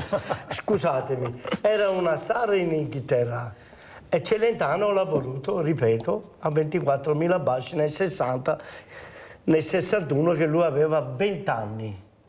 Lui a 20 anni ha fatto il primo, era un ragazzo prodigio. Era un ragazzo prodigio. Però viene da gavetta e si è ricordato cosa vuol dire aiutare il prossimo. Io conosco tanti imprenditori. Io sono convinta che se fosse qui, sì, ma aspetta, che se fosse qui Little Tony ancora vivo e io avessi raccontato la storia di questi ragazzi, questi immigrati che dormivano sotto i portici e che questo imprenditore ha cercato di aiutare, li avrebbe aiutati senz'altro. Io sono convinta. Ti dico una cosa, dove lui abitava sull'Appia Antica, in via di Torrico alla 40, una casa immensa, e a 100 metri c'era la casa di Anna Magnani. Anche Anna Magnani era molto, molto per il prossimo, specialmente per gli animali. Tony aveva un parco fuori il suo cancello e ogni tanto vedeva qualche roulotte fermarsi, vedeva qualcuno che si fermava. Arrivavano i vigili, Tony usciva da casa, lasciateli stare, devono vivere anche loro. Hai capito chi era Little Tony? Allora, come ci saluti Roberto Valerio? Ormai il tempo è terminato? Io vi ringrazio per tutto lo spazio che mi avete dato. Volevo ricordare che Tony attualmente è anche su una pubblicità di Christian De Sica a Pamacotto, che c'è il ritornello di Cuore Matto. 2 mesi fa su un Alfa Romeo c'era il Cuore Matto, Zalone l'ha messo a catenelle, poi ha messo, come si chiama, canzone Lobot. Insomma, è attualissimo. Non è assolutamente un cantante del passato, perché tutti vengono da me. Vengono tanti figli che portano i genitori, ma vengono anche tanti giovani e questa è la mia sorpresa. Vengono, addirittura in 9 hanno preso l'aereo dalla Sicilia e sono venuti apposta. Adesso stiamo cercando di fare i tour con le corriere e farli venire a visitare il Canova, Venezia, Valdobbiadene che ha tante stupende cantine, è un paese accogliente, bella gente, alla buona, lavoratori e vengono a visitare anche la mostra dedicata a Little Tony perché è un gran personaggio e merita.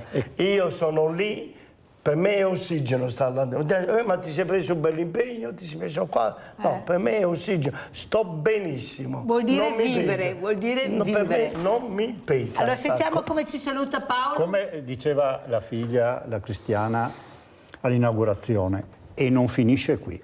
Esatto, No, perché il finale qui. non finisce qui, che è l'ultima canzone di Sanremo dei Little Tony. Saluto tutti i suoi colleghi, anche Pasquale Mammaro, che è un promoter. Salutiamo tutti stamattina, guarda, salutiamo tutti stamattina. Se lei mi lasciava 2 ore, io avevo 2 ore di notizie nuove da dare. E noi inviteremo ancora Roberto Valerio grazie. e andremo a vedere anche questo museo. Venite che merita, veramente merita. Grazie. Un abbraccio e un bacione a tutti. Grazie a Roberto Valerio. Vuoi dire qualcosa, Paolo? Vi invito a Vadobbiadene a vedere questa mostra. Paolo da da Rossa. giovedì alla domenica. E vi aspettiamo.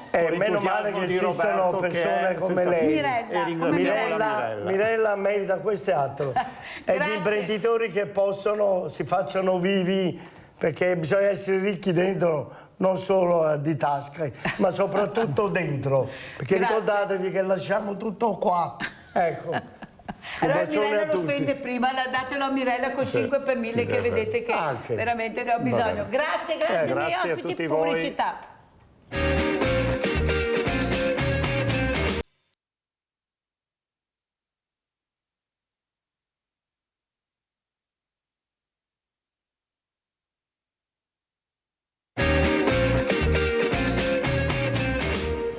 Vi ringrazio e saluto e vi presento Cristiano Mosole, sindaco di Breda, di Piave, per capire l'importanza anche che hanno i sindaci in questo momento molto particolare, molto cruciale.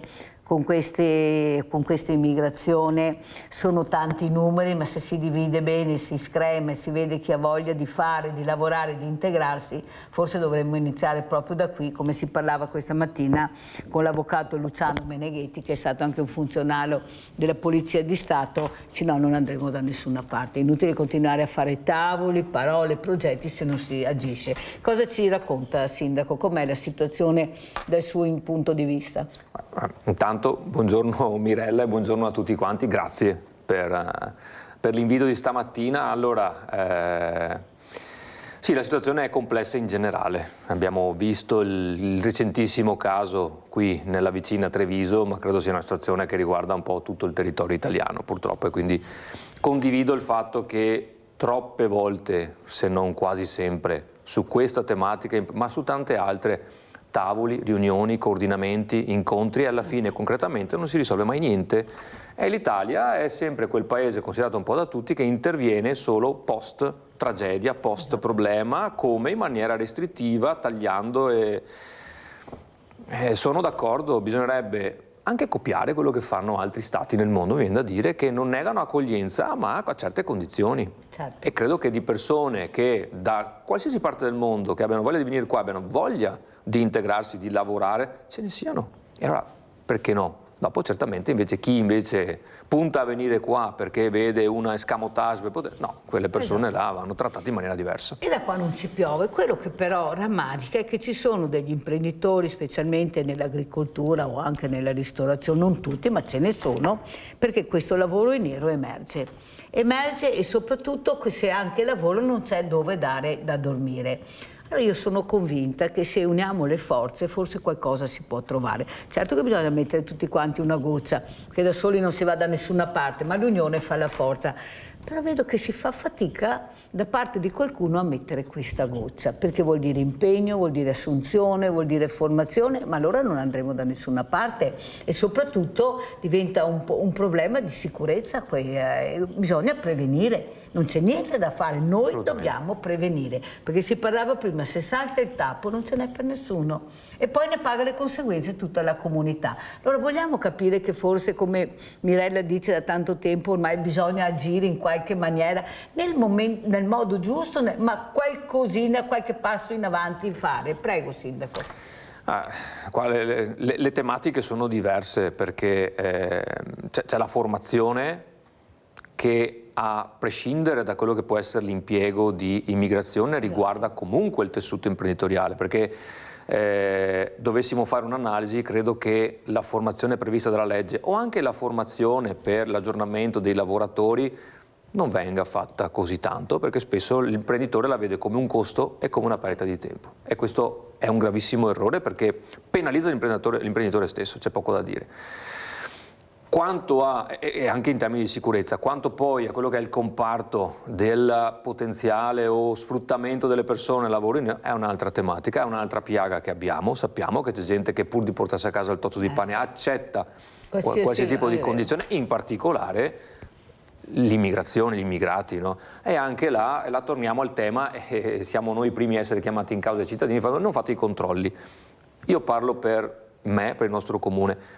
Noi arriviamo fin dove possiamo, quindi la goccia noi cerchiamo di metterla per il nostro piccolo. È chiaro che anche qua mancano dei passaggi nel sistema complessivo, dove tante volte il controllo viene scritto sulla carta, nel senso che magari si pubblica, anzi si promulga una nuova normativa, verranno fatti i controlli, poi no. È anche vero però che effettivamente tante volte siamo noi a complicarci la vita nel sovrapporsi di normative che una contro l'altra tante volte legano le mani anche chi dovrebbe fare i controlli o poter agire. Quindi c'è un problema, ma torniamo alla discussione iniziale, generale, andrebbe risolto con buon senso probabilmente, basterebbe quello.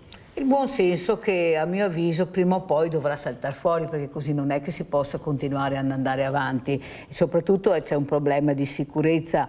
Io penso che più di aver paura di queste persone, di questi immigrati, noi dovremmo aver paura di quelli che arrivano da queste frontiere che non ci sono più, da questi posti a noi vicino, che razziano i paesi, le case, e in un'ora sono già a casa e ciao. Forse è quello che fa più paura. Ecco, fa paura, ma quello si guarda in maniera diversa. Il problema è l'immigrazione. È proprio questo il problema? Oppure lei, sindaco, che vive su paesi veramente che ormai sono a rischio, perché vediamo che i ladri entrano in tutte le case, vedete, fanno queste rapine nelle ville. Guardate che veramente questi devono stare molto attenti, perché avete sentito cosa vuol dire dopo ti segnano per sempre. Sì. Ecco, cosa si potrebbe fare? Come si potrebbe, ecco, anche qua intervenire? Perché guardiamo da un lato, guardiamo la pagliuzza e non guardiamo invece qualcos'altro. Allora, di base c'è che normalmente si ha sempre paura di quello che non si conosce. Sì. E questo è di base. Questo associato anche al fatto che, volente o nolente, viviamo in un periodo dove corriamo tutti a livelli di frenesia totale, dove non abbiamo il tempo di riflettere, e questo porta ognuno a guardare un po' il proprio orto, eccetera, e a impegnarsi o a occuparci dei problemi solo quando veniamo toccati direttamente. Sì. E questo, ma sempre a livello generale, è un problema. Poi sì, effettivamente quella che è la criminalità, perché tante volte la definiscono microcriminalità, in realtà quando ti entri in casa sei un criminale, non sei un micro, sei un criminale, punto. Però siamo veramente, e dico siamo perché mi ci metto anch'io, perché siamo forza dell'ordine con la nostra polizia locale, abbinata, associata con le altre forze, ma siamo anche noi in difficoltà con gli strumenti e con l'operatività, perché hanno studiato un sistema tale per cui riescono ad avere un'efficacia a questi criminali che è incredibile. Videosorveglianza, lettorità, possiamo avere tante, magari post si riesce attraverso le indagini ad andare a individuare. Ma intanto questi hanno fatto. Poi è vero anche questo, che spesso e volentieri magari sono incensurati, vengono comunque beccati e vengono rilasciati il giorno dopo. Quindi questo non fa altro che alimentare lo stato di paura che ha la gente, che posso avere anch'io naturalmente, perché la sensazione è quella di non essere effettivamente tutelati. Né quando esci né quando sei in casa. Questo è il grande problema ormai, perché non c'è più un orario imposto. No. Chiunque può colpire in qualsiasi momento. Adriano da Campalto, ciao Adriano. Ciao Mirella e buongiorno al signore che sta parlando, non so il nome. Il sindaco di Breda, Cristiano Mosole, Breda di Piave. Allora, signor sindaco, voglio dire una cosa. Non ci vogliono molti studi, perché io sono un cittadino che ho lavorato molto, ho dato molto a questa benedetta Italia a questa Europa che chiamano Europa, che dopo alla fine non siamo in Europa ma siamo solo in Italia, e in Europa ci sono solo politici e basta, ma non c'è chi vuole veramente ascoltarci come cittadini. Adesso abbiamo le votazioni, Mirella, e avrei bisogno di dirti una cosa e vorrei dirtela in diretta. Se puoi essere così gentile, invitare i due eletti sindaci, il signor Martella e il signore, non mi ricordo, quello della Lega Nord, e un confronto qui televisivo e di portare proposte per la povera gente, perché qui, signor Sindaco, c'è poco da dire. Aiutiamo i commercianti, gli artigiani, non dico di no, capisco che io come datore di lavoro devo darmi da fare per fare vivere le famiglie, però sono anche aiutati dallo Stato e molto meglio di noi cittadini che ci trattassero. Dopo, seconda cosa, io voglio darvi un'idea, signor Sindaco, non ci vuole tanta difficoltà. Io come cittadino la vedrei in questa maniera, giusto? Io vedo tanti negri, tanti arabi, dove vai? Perché la polizia non li ferma?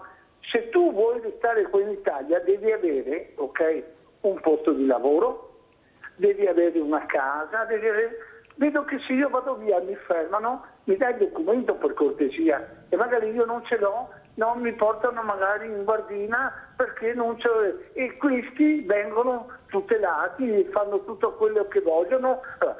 È semplice, io penso che quando io domando questo documento a questa persona e non ha un posto di lavoro e non ha un'iscrizione al comune, non ha, come si può dire, il diritto di stare qua dentro, voglio dire, cosa vogliamo fare? Dobbiamo aspettare sempre che casca il morto? Ci sono tante persone a delinquere, soprattutto drogati, che possiamo benissimo prenderli e portarli a casa sua direttamente, e questo non lo fate. E questo è il discorso che io dico, ma sono italiano o forse sono un stupido? Perché mi domando, noi stiamo diventando cittadini stupidi, sinceramente, ci trattate come delle persone stupide. Non siamo stupidi, siamo molto intelligenti, perché se voi adesso siete lì seduto come sindaco è perché ci sono state delle persone che credono in voi, ma se voi fate mancare questa fiducia a noi cittadini quando vi chiediamo qualcosa, alla fine cade il palco, perché ho notato che se viene un artigiano da lei, un industriale, viene ascoltato. Se vengo io da lei, signor Sindaco, lei, sì signor Rosa ha ragione, sì signor Rosa ha ragione, però ho girato l'angolo, ciao. E questo è scorretto, perché un sindaco dovrebbe, proprio perché è stato eletto, ascoltare i cittadini, deve dare un aiuto, deve dare un appoggio. Se io facessi il sindaco, glielo dico subito, metto subito la guardia, invece di mandare tanto la polizia all'estero, la metto qui, va bene, e dico, se quello non ha un documento, non ha un lavoro, non ha quello, va a casa sua. Non ci vogliono tante cose, perché a me, se non mi trovano con la carta d'identità, mi arrestano e mi mettono in cella che aspetta l'avvocato. Grazie Adriano, grazie, mi dispiace che non hai sentito la prima parte dove c'era l'avvocato Luciano Meneghetti, che è una persona competente che ha spiegato quello che stai dicendo tu, casomai se vuoi rivederlo così senti cosa ha detto l'avvocato Luciano Meneghetti, persona informata dei fatti, competente dei fatti, perché non è che i sindaci possono risolvere il problema, però possono anche loro mettere la famosa goccia. Grazie Adriano. Allora sentiamo come risponde il sindaco Mosole a Adriano da Campalto. Allora, posso capire lo scoramento del signor Adriano, la mancanza di fiducia, ci mancherebbe altro. Quello che dico sempre è questo, però, è giusto che si rivolga, in questo caso a me, va bene, anche se non sono un sindaco del suo paese. Lui parlava però a livello generale, va bene. sì. Diciamo che però, allora, per come la vedo io, non so se abbia avuto una situazione particolare, però per me un cittadino è un cittadino, che sia poi titolare di un'impresa piuttosto che un cittadino padre di famiglia, è un cittadino, lo ascolto e se posso dare una mano la do, se posso lo facciamo chiaramente nel rispetto della legittimità, almeno questo, e credo che insomma lo facciano anche i miei colleghi, però io parlo per me naturalmente, quindi è anche vero però che il sindaco è quello che è in prima linea, quello che il cittadino può trovare. A me quello che un po' disturba è che tante volte noi veniamo giustamente criticati, attaccati, ci mancherebbe, siamo qua apposta, però poi magari arriva il politico che si candida al Parlamento eccetera, va in piazza, applausi e non viene però messo al corrente di situazioni che noi viviamo sul quotidiano e che non possiamo tante volte risolvere, perché dicevi giustamente tu, noi possiamo fare il nostro piccolo, ma la normativa non è che mi permette di prendere uno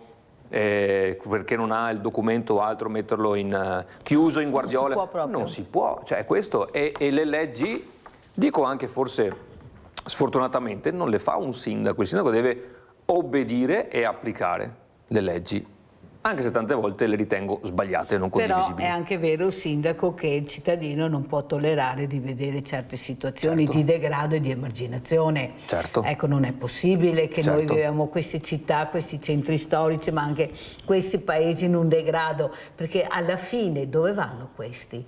Cioè, se tu non hai un posto, non hai dei bagni, non hai la possibilità di lavarti, non hai la possibilità di fare la quotidianità, vogliamo parlarne allora? Allora, una volta che erano con molti meno mezzi, una volta c'erano i bagni diurni, chi non aveva la possibilità di avere una casa con un bagno andava su questi bagni, cioè non è il caso di ripristinare visto i problemi che abbiamo, perché adesso sta arrivando la bella stagione, ok?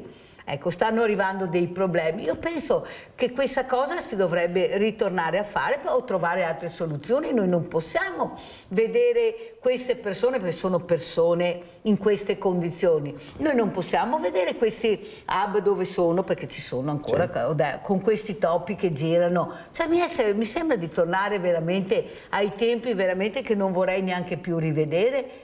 Come si fa a vedere? Ma come andiamo gli animali, la massima veramente attenzione e poi lasciamo le persone in quelle condizioni? Cominciamo anche a capire, voi fate parte, io dico sempre dell'ANCI, che sono tutti questi comuni uniti, cioè dovete battere più forte, perché mi sa che fino adesso siete stati troppo tiepidi, perché la patata bollente l'hanno data a voi, non se la sono tenuta loro. Cioè dovete anche farvi sentire, dovete fare rumore, perché poi è il cittadino che vede queste cose, è il vostro cittadino. Guarda il mio sindaco cosa fa, guarda, non riesce a capire invece che bisogna anche cercare di fare veramente, di trovare delle soluzioni attorno dei tavoli, ma dove diano risposte, no? Come dice lei, 100 tavoli, alla fine cosa è successo? Niente. Poi siamo al punto di partenza. E la legge, la burocrazia, no, ma alla fine cosa si fa allora? Continuiamo a vedere questo degrado che, che poi diventa anche un degrado di sicurezza, di poca sicurezza, che coinvolge tutta la comunità.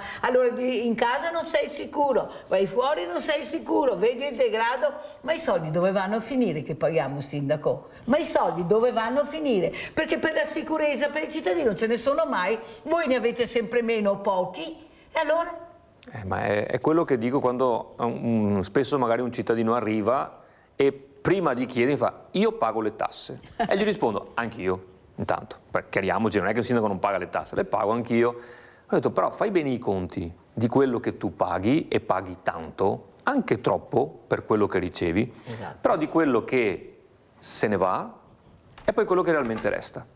Perché se facessi bene il conto, vedi che quello che resta qua, certo, cerchiamo di utilizzarlo nel miglior modo possibile noi sindaci, ma è molto poco rispetto a quello che tu dai. E con quel poco cerchiamo di fare. Questi fondi del PNRR che sono arrivati anche a voi, in parte, come sono stati spesi? Cos'è che avete fatto? Parlo in generale naturalmente, ma in generale cosa ha visto il cittadino di concreto per lui? Perché qui a Treviso abbiamo visto studentato, però anche là bisognerà capire chi usufruirà di questo studentato, perché avrà anche un costo altino, dico io, perché non è che sia uno studentato. Poi dove sono andati a finire questi soldi? Dove sono stati impiegati? Diciamo che il PNRR di per sé, al di là del dove, è un problema di per sé, perché sappiamo perfettamente che questi soldi li dobbiamo restituire. E allora, al di là di dove sono andati, poi magari spiego per Breda, però noi abbiamo già cominciato a restituirli questi soldi. Avete capito? Si chiama spending review, restituzione allo Stato. Io ho approvato il bilancio consuntivo di Breda di Piave ieri sera, io ricevo un fondo di solidarietà dallo Stato che calcola in base ai suoi conteggi, parametri, e con una mano mi dà e con l'altra in parte mi toglie. A fronte di 700 e rotti mila euro che mi ha dato per l'anno 2025, me ne ha tolti 100 e passa mila. Ok? Fondi PNRR, quando dovevano essere quello che avrebbe dovuto risollevare l'Italia. Ma come mai questo? Perché non siete in grado di spenderli? No, non perché funziona così, perché ci sono dei fondi che sono cosiddetto a fondo perduto. Un'altra parte, l'Europa l'ha detto, li anticipiamo, ma poi ce li tornate. Tant'è che in altri stati hanno rinunciato. E noi invece abbiamo preso tutto. Noi abbiamo preso tutto, adesso dobbiamo anche restituire. Abbiamo Giusy, vai Giusy. Scusa Mirella, e anche al tuo sindaco vi saluto. Scusa, ti devo dire due cose. Allora, intanto arriva sto postino e ti fa firmare con l'unghia. Io le unghie le ho tagliate da sotto. Ma come fai a firmare con l'unghia, ragazzi? Ma stiamo dando i numeri. Ma quello lì, ma può farlo qualunque che si trova lì? Ma come fa? Ma cosa viene fuori con l'unghia? Non sei neanche capace di metterla. Una cosa impressionante. Devi firmare se è una cosa tua. Non che il primo magari che arriva, magari non è neanche di famiglia, firmo io con l'unghia. Ma cosa vuol dire con l'unghia? Poi il sindaco vi fa, Mirella, come l'altro giorno, ho chiesto ai sindaci e ho girato destra e sinistra Casier, Casale, c'è l'erba alta dei fossi che se vado dentro, Mirella, devono a cercarmi a chi l'ha visto, perché finché non tagliano l'erba non ci trovano dentro nel fosso. Ma alto 1,5 metri, 2. Non l'ho mai visto così per le strade, mai visto. Datevi da fare perché c'è il fosso con l'acqua e una persona può anche andare dentro, insomma, ma cadere per sbaglio o cosa, un incidente. Ma chi ti trova là? Non si vede niente sulle rotatorie. Una cosa impressionante, mai vista, insomma, questa erba altissima così. Vi saluto. Grazie Giusy, le riflessioni, le critiche di Giusy. Prego, Sindaco Mosoli. Un altro tema caldo, la gestione e la manutenzione del verde. Allora, è giustissima la riflessione, poi bisogna fare dei distinguo tra quello che è la competenza comunale e la competenza provinciale, perché si parlava di rotonde, tante volte la competenza è provinciale o magari di qualche altro ente. Sì, se viene anche a Breda, non glielo nego, l'erba è cresciuta, inizieremo il primo giro di sfalci la settimana prossima e cerchiamo di dosarli in base alle risorse, anche là mettiamo 100.000 euro all'anno per la gestione del verde, più quella che è la manutenzione interna dei nostri 2 operai, e cerchiamo di tenere più o meno in equilibrio.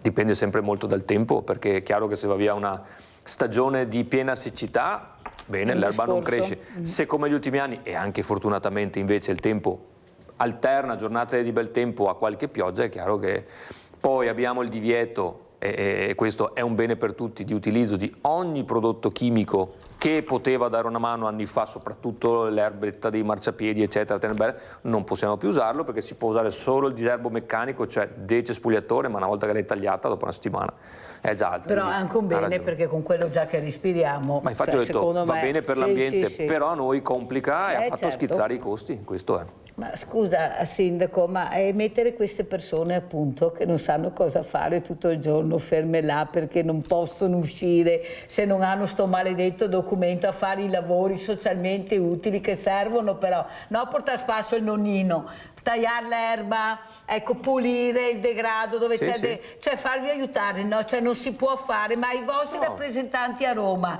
cioè sanno di come si vive o vivono su un altro mondo? Poi mi sa che lei vive su un altro mondo, non si ricorda mica più, tornano a casa qualche volta o si fissi a Roma, non lo so, perché forse sarebbe meglio chi torna anche a casa, chi vede. Abbiamo chi in linea? Maurizio? Sì. Eccolo qua, ciao Maurizio. Buongiorno, e niente, volevo farvi una domanda. A riguardo dei fondi PNRR che parlavate prima, c'è una parte diciamo fissa e una parte a fondo perduto, ma da quello che mi risulta, da aver capito prevalentemente da Borghi della Lega, che innanzitutto quei benedetti soldi a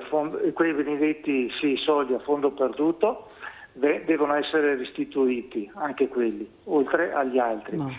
Anzi, dirò di più, noi abbiamo preso quei soldi lì del PNRR a un tasso di interesse che attualmente mi sembra che non si sappia quale sia.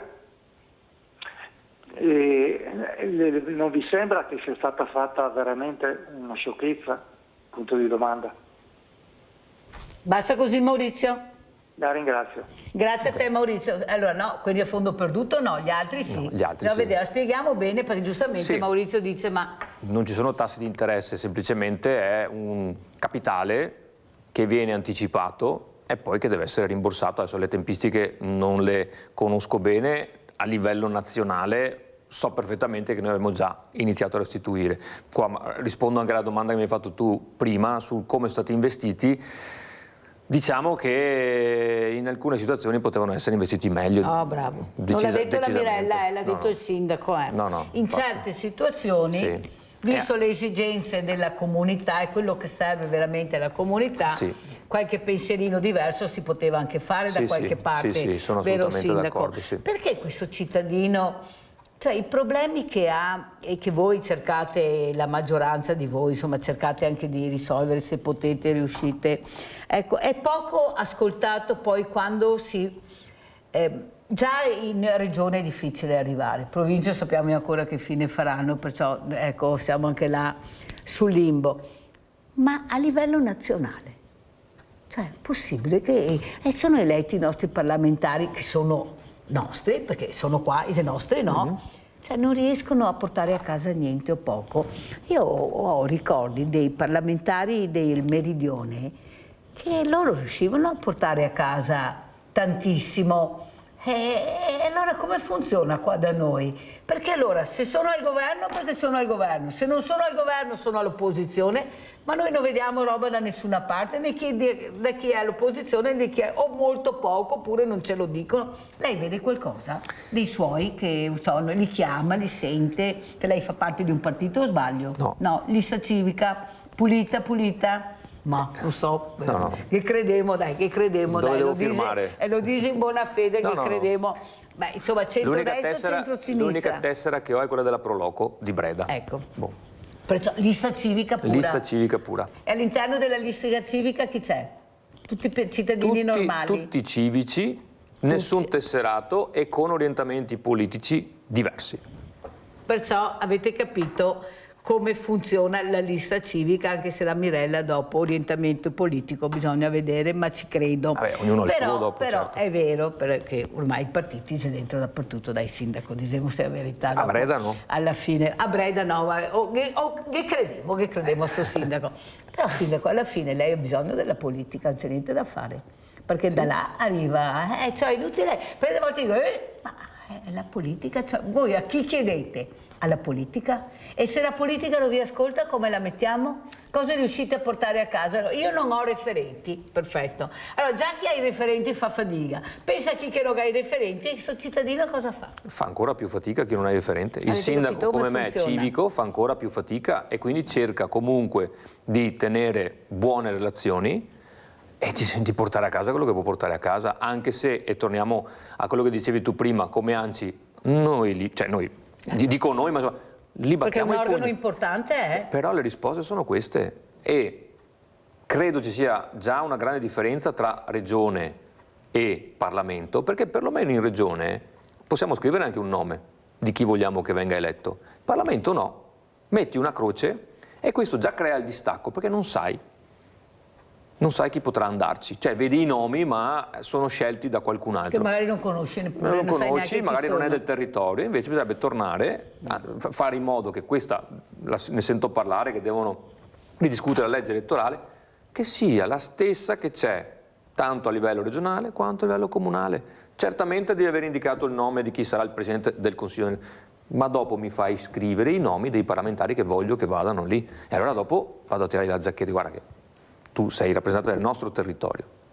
è stato messo Però per la questo. legge Renzi non era mica sbagliata quando diceva che erano i sindaci che dovevano andare a diventare, guardate che era importante quella, Ci può dobbiamo stare. dire veramente la verità, perché sono quelli nel territorio che sanno le esigenze del territorio, però non siamo riusciti a capire l'importanza di questa Assolutamente. proposta, che anche il sindaco Mosola è d'accordo. Assolutamente. Cioè io eleggo il mio sindaco che vada a Roma perché lui sa le esigenze del territorio, è lui che conosce, guardate che non era mica sbagliata. Non è sbagliata, e io ho molto apprezzato alle elezioni regionali di novembre il fatto che da tutte le parti ci fossero un sacco di amministratori candidati.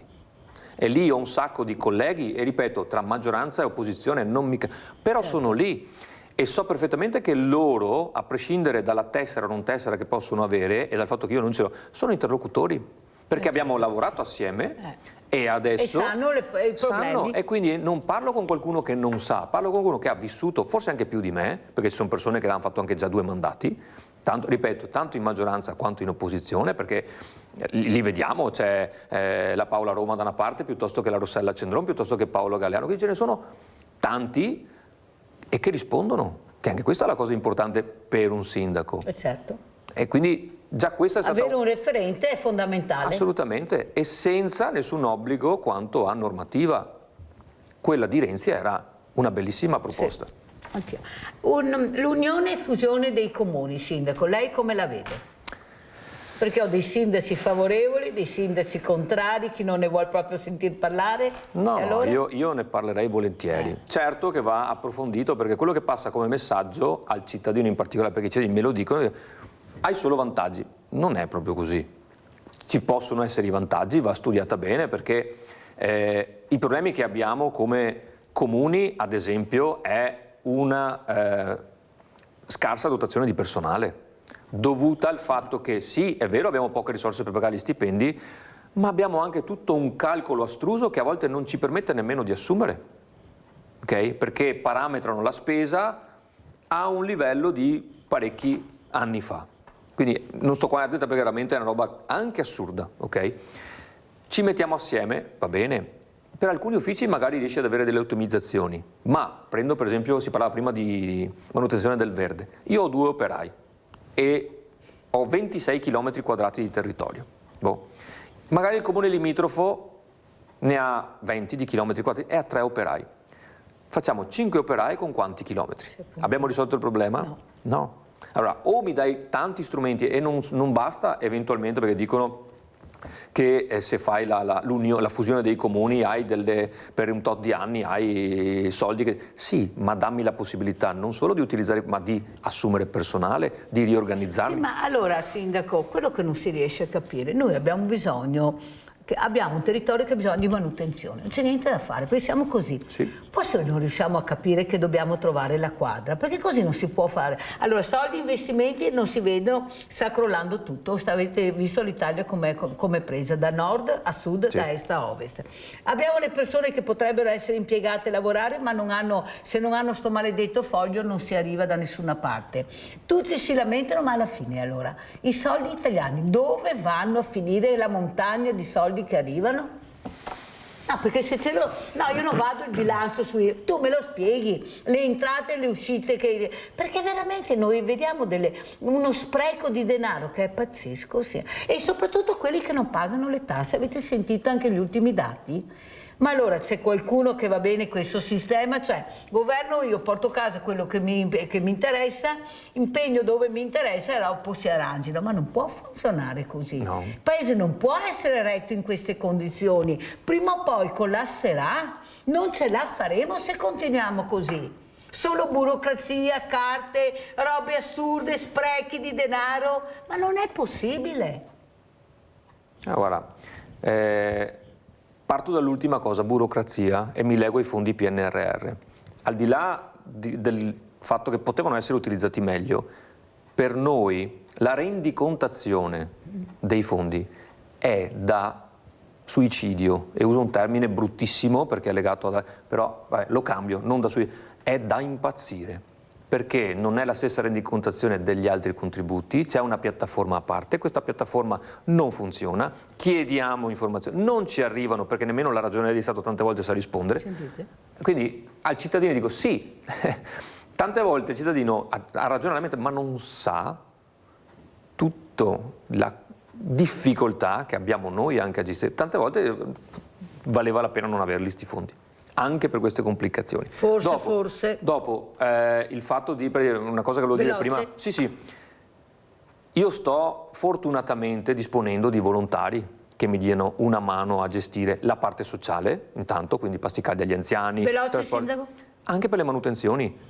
Formazione però va fatta, vanno fatti i corsi, non si può prendere uno e dire vai a decespugliare. È la politica che ha colpito il mondo del volontariato, che siamo con le spalle al muro. E allora dove andremo a finire, caro Sindaco? È un altro tema, che si facciano un esame di coscienza. Che si facciano un esame di coscienza. D'accordissimo. Grazie al Sindaco Cristiano Mosole, Sindaco di Breda di Piave, di essere stato con noi, e adesso andiamo a vedere il vostro segno a chi è andato, così qualcuno si mette il cuore in pace.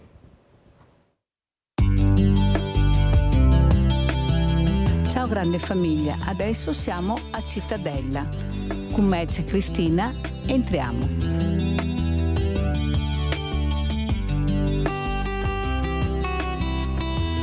Siamo all'interno del comune di Cittadella e adesso cerchiamo l'assessore Beltrame che ci sta aspettando.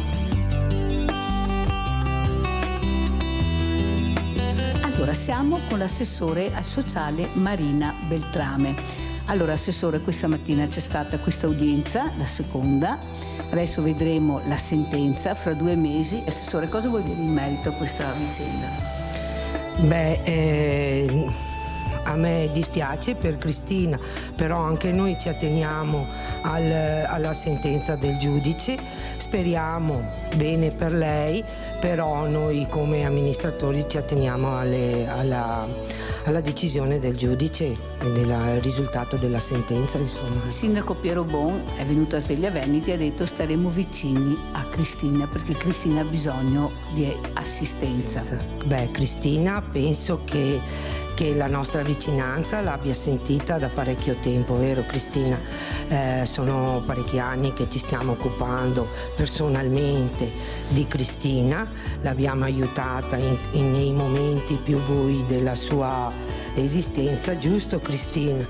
E abbiamo cercato di dare tutto quello che era in nostro possesso per aiutarla e l'abbiamo accompagnata fino a qua e non l'abbiamo ancora mollata, cioè Cristina resterà e farà sempre parte della nostra famiglia, ecco, è una nostra concittadina, come lei e come altri ci siamo sempre occupati dei loro problemi, però Cristina è un po' privilegiata, vero Cristina? Allora, questo è l'assegno, Cristina, della grande famiglia di Rete Veneta, dei Veneti Schiacciati. Questo assegno verrà monitorato dall'assessore sociale con l'avvocato perché questi soldi vadano proprio spesi bene per Cristina. Cosa vuoi dire, Cristina? Grazie di cuore. Sei commossa? Perché ti sei? Perché è la prima volta in vita mia. Cioè, non sto dicendo del comune, però che mi succede una cosa del genere. Tra fuori il comune. Che vieni aiutata praticamente, oltre al comune, qualcuno che si prende cura di te, questo vuoi dire? Sì. Sei contenta, Cristina? Sono la donna più felice del mondo. E lei, assessore, cosa vuole dire? Io ringrazio la grande famiglia dei Veneti Schiacciati dalla crisi per questo bel gesto, so che ne avete fatti tantissimi, tutto questo vi fa onore, ecco, e auguro a tutti buona vita perché queste cose rendono meravigliose anche le nostre giornate. Grazie. Grazie. Speriamo che vada tutto bene perché io sono una buona mamma e speriamo che prendano in considerazione quello che ha detto il mio legale. Dentro di te ti senti proprio una buona mamma, Cristina? Io mi sono sempre sentita fin da piccola, io mi sento proprio con l'istinto materno. Allora anche noi, come voi a casa, incrociamo le dita e aspettiamo questa sentenza. Chissà come andrà a finire. Ciao grande famiglia.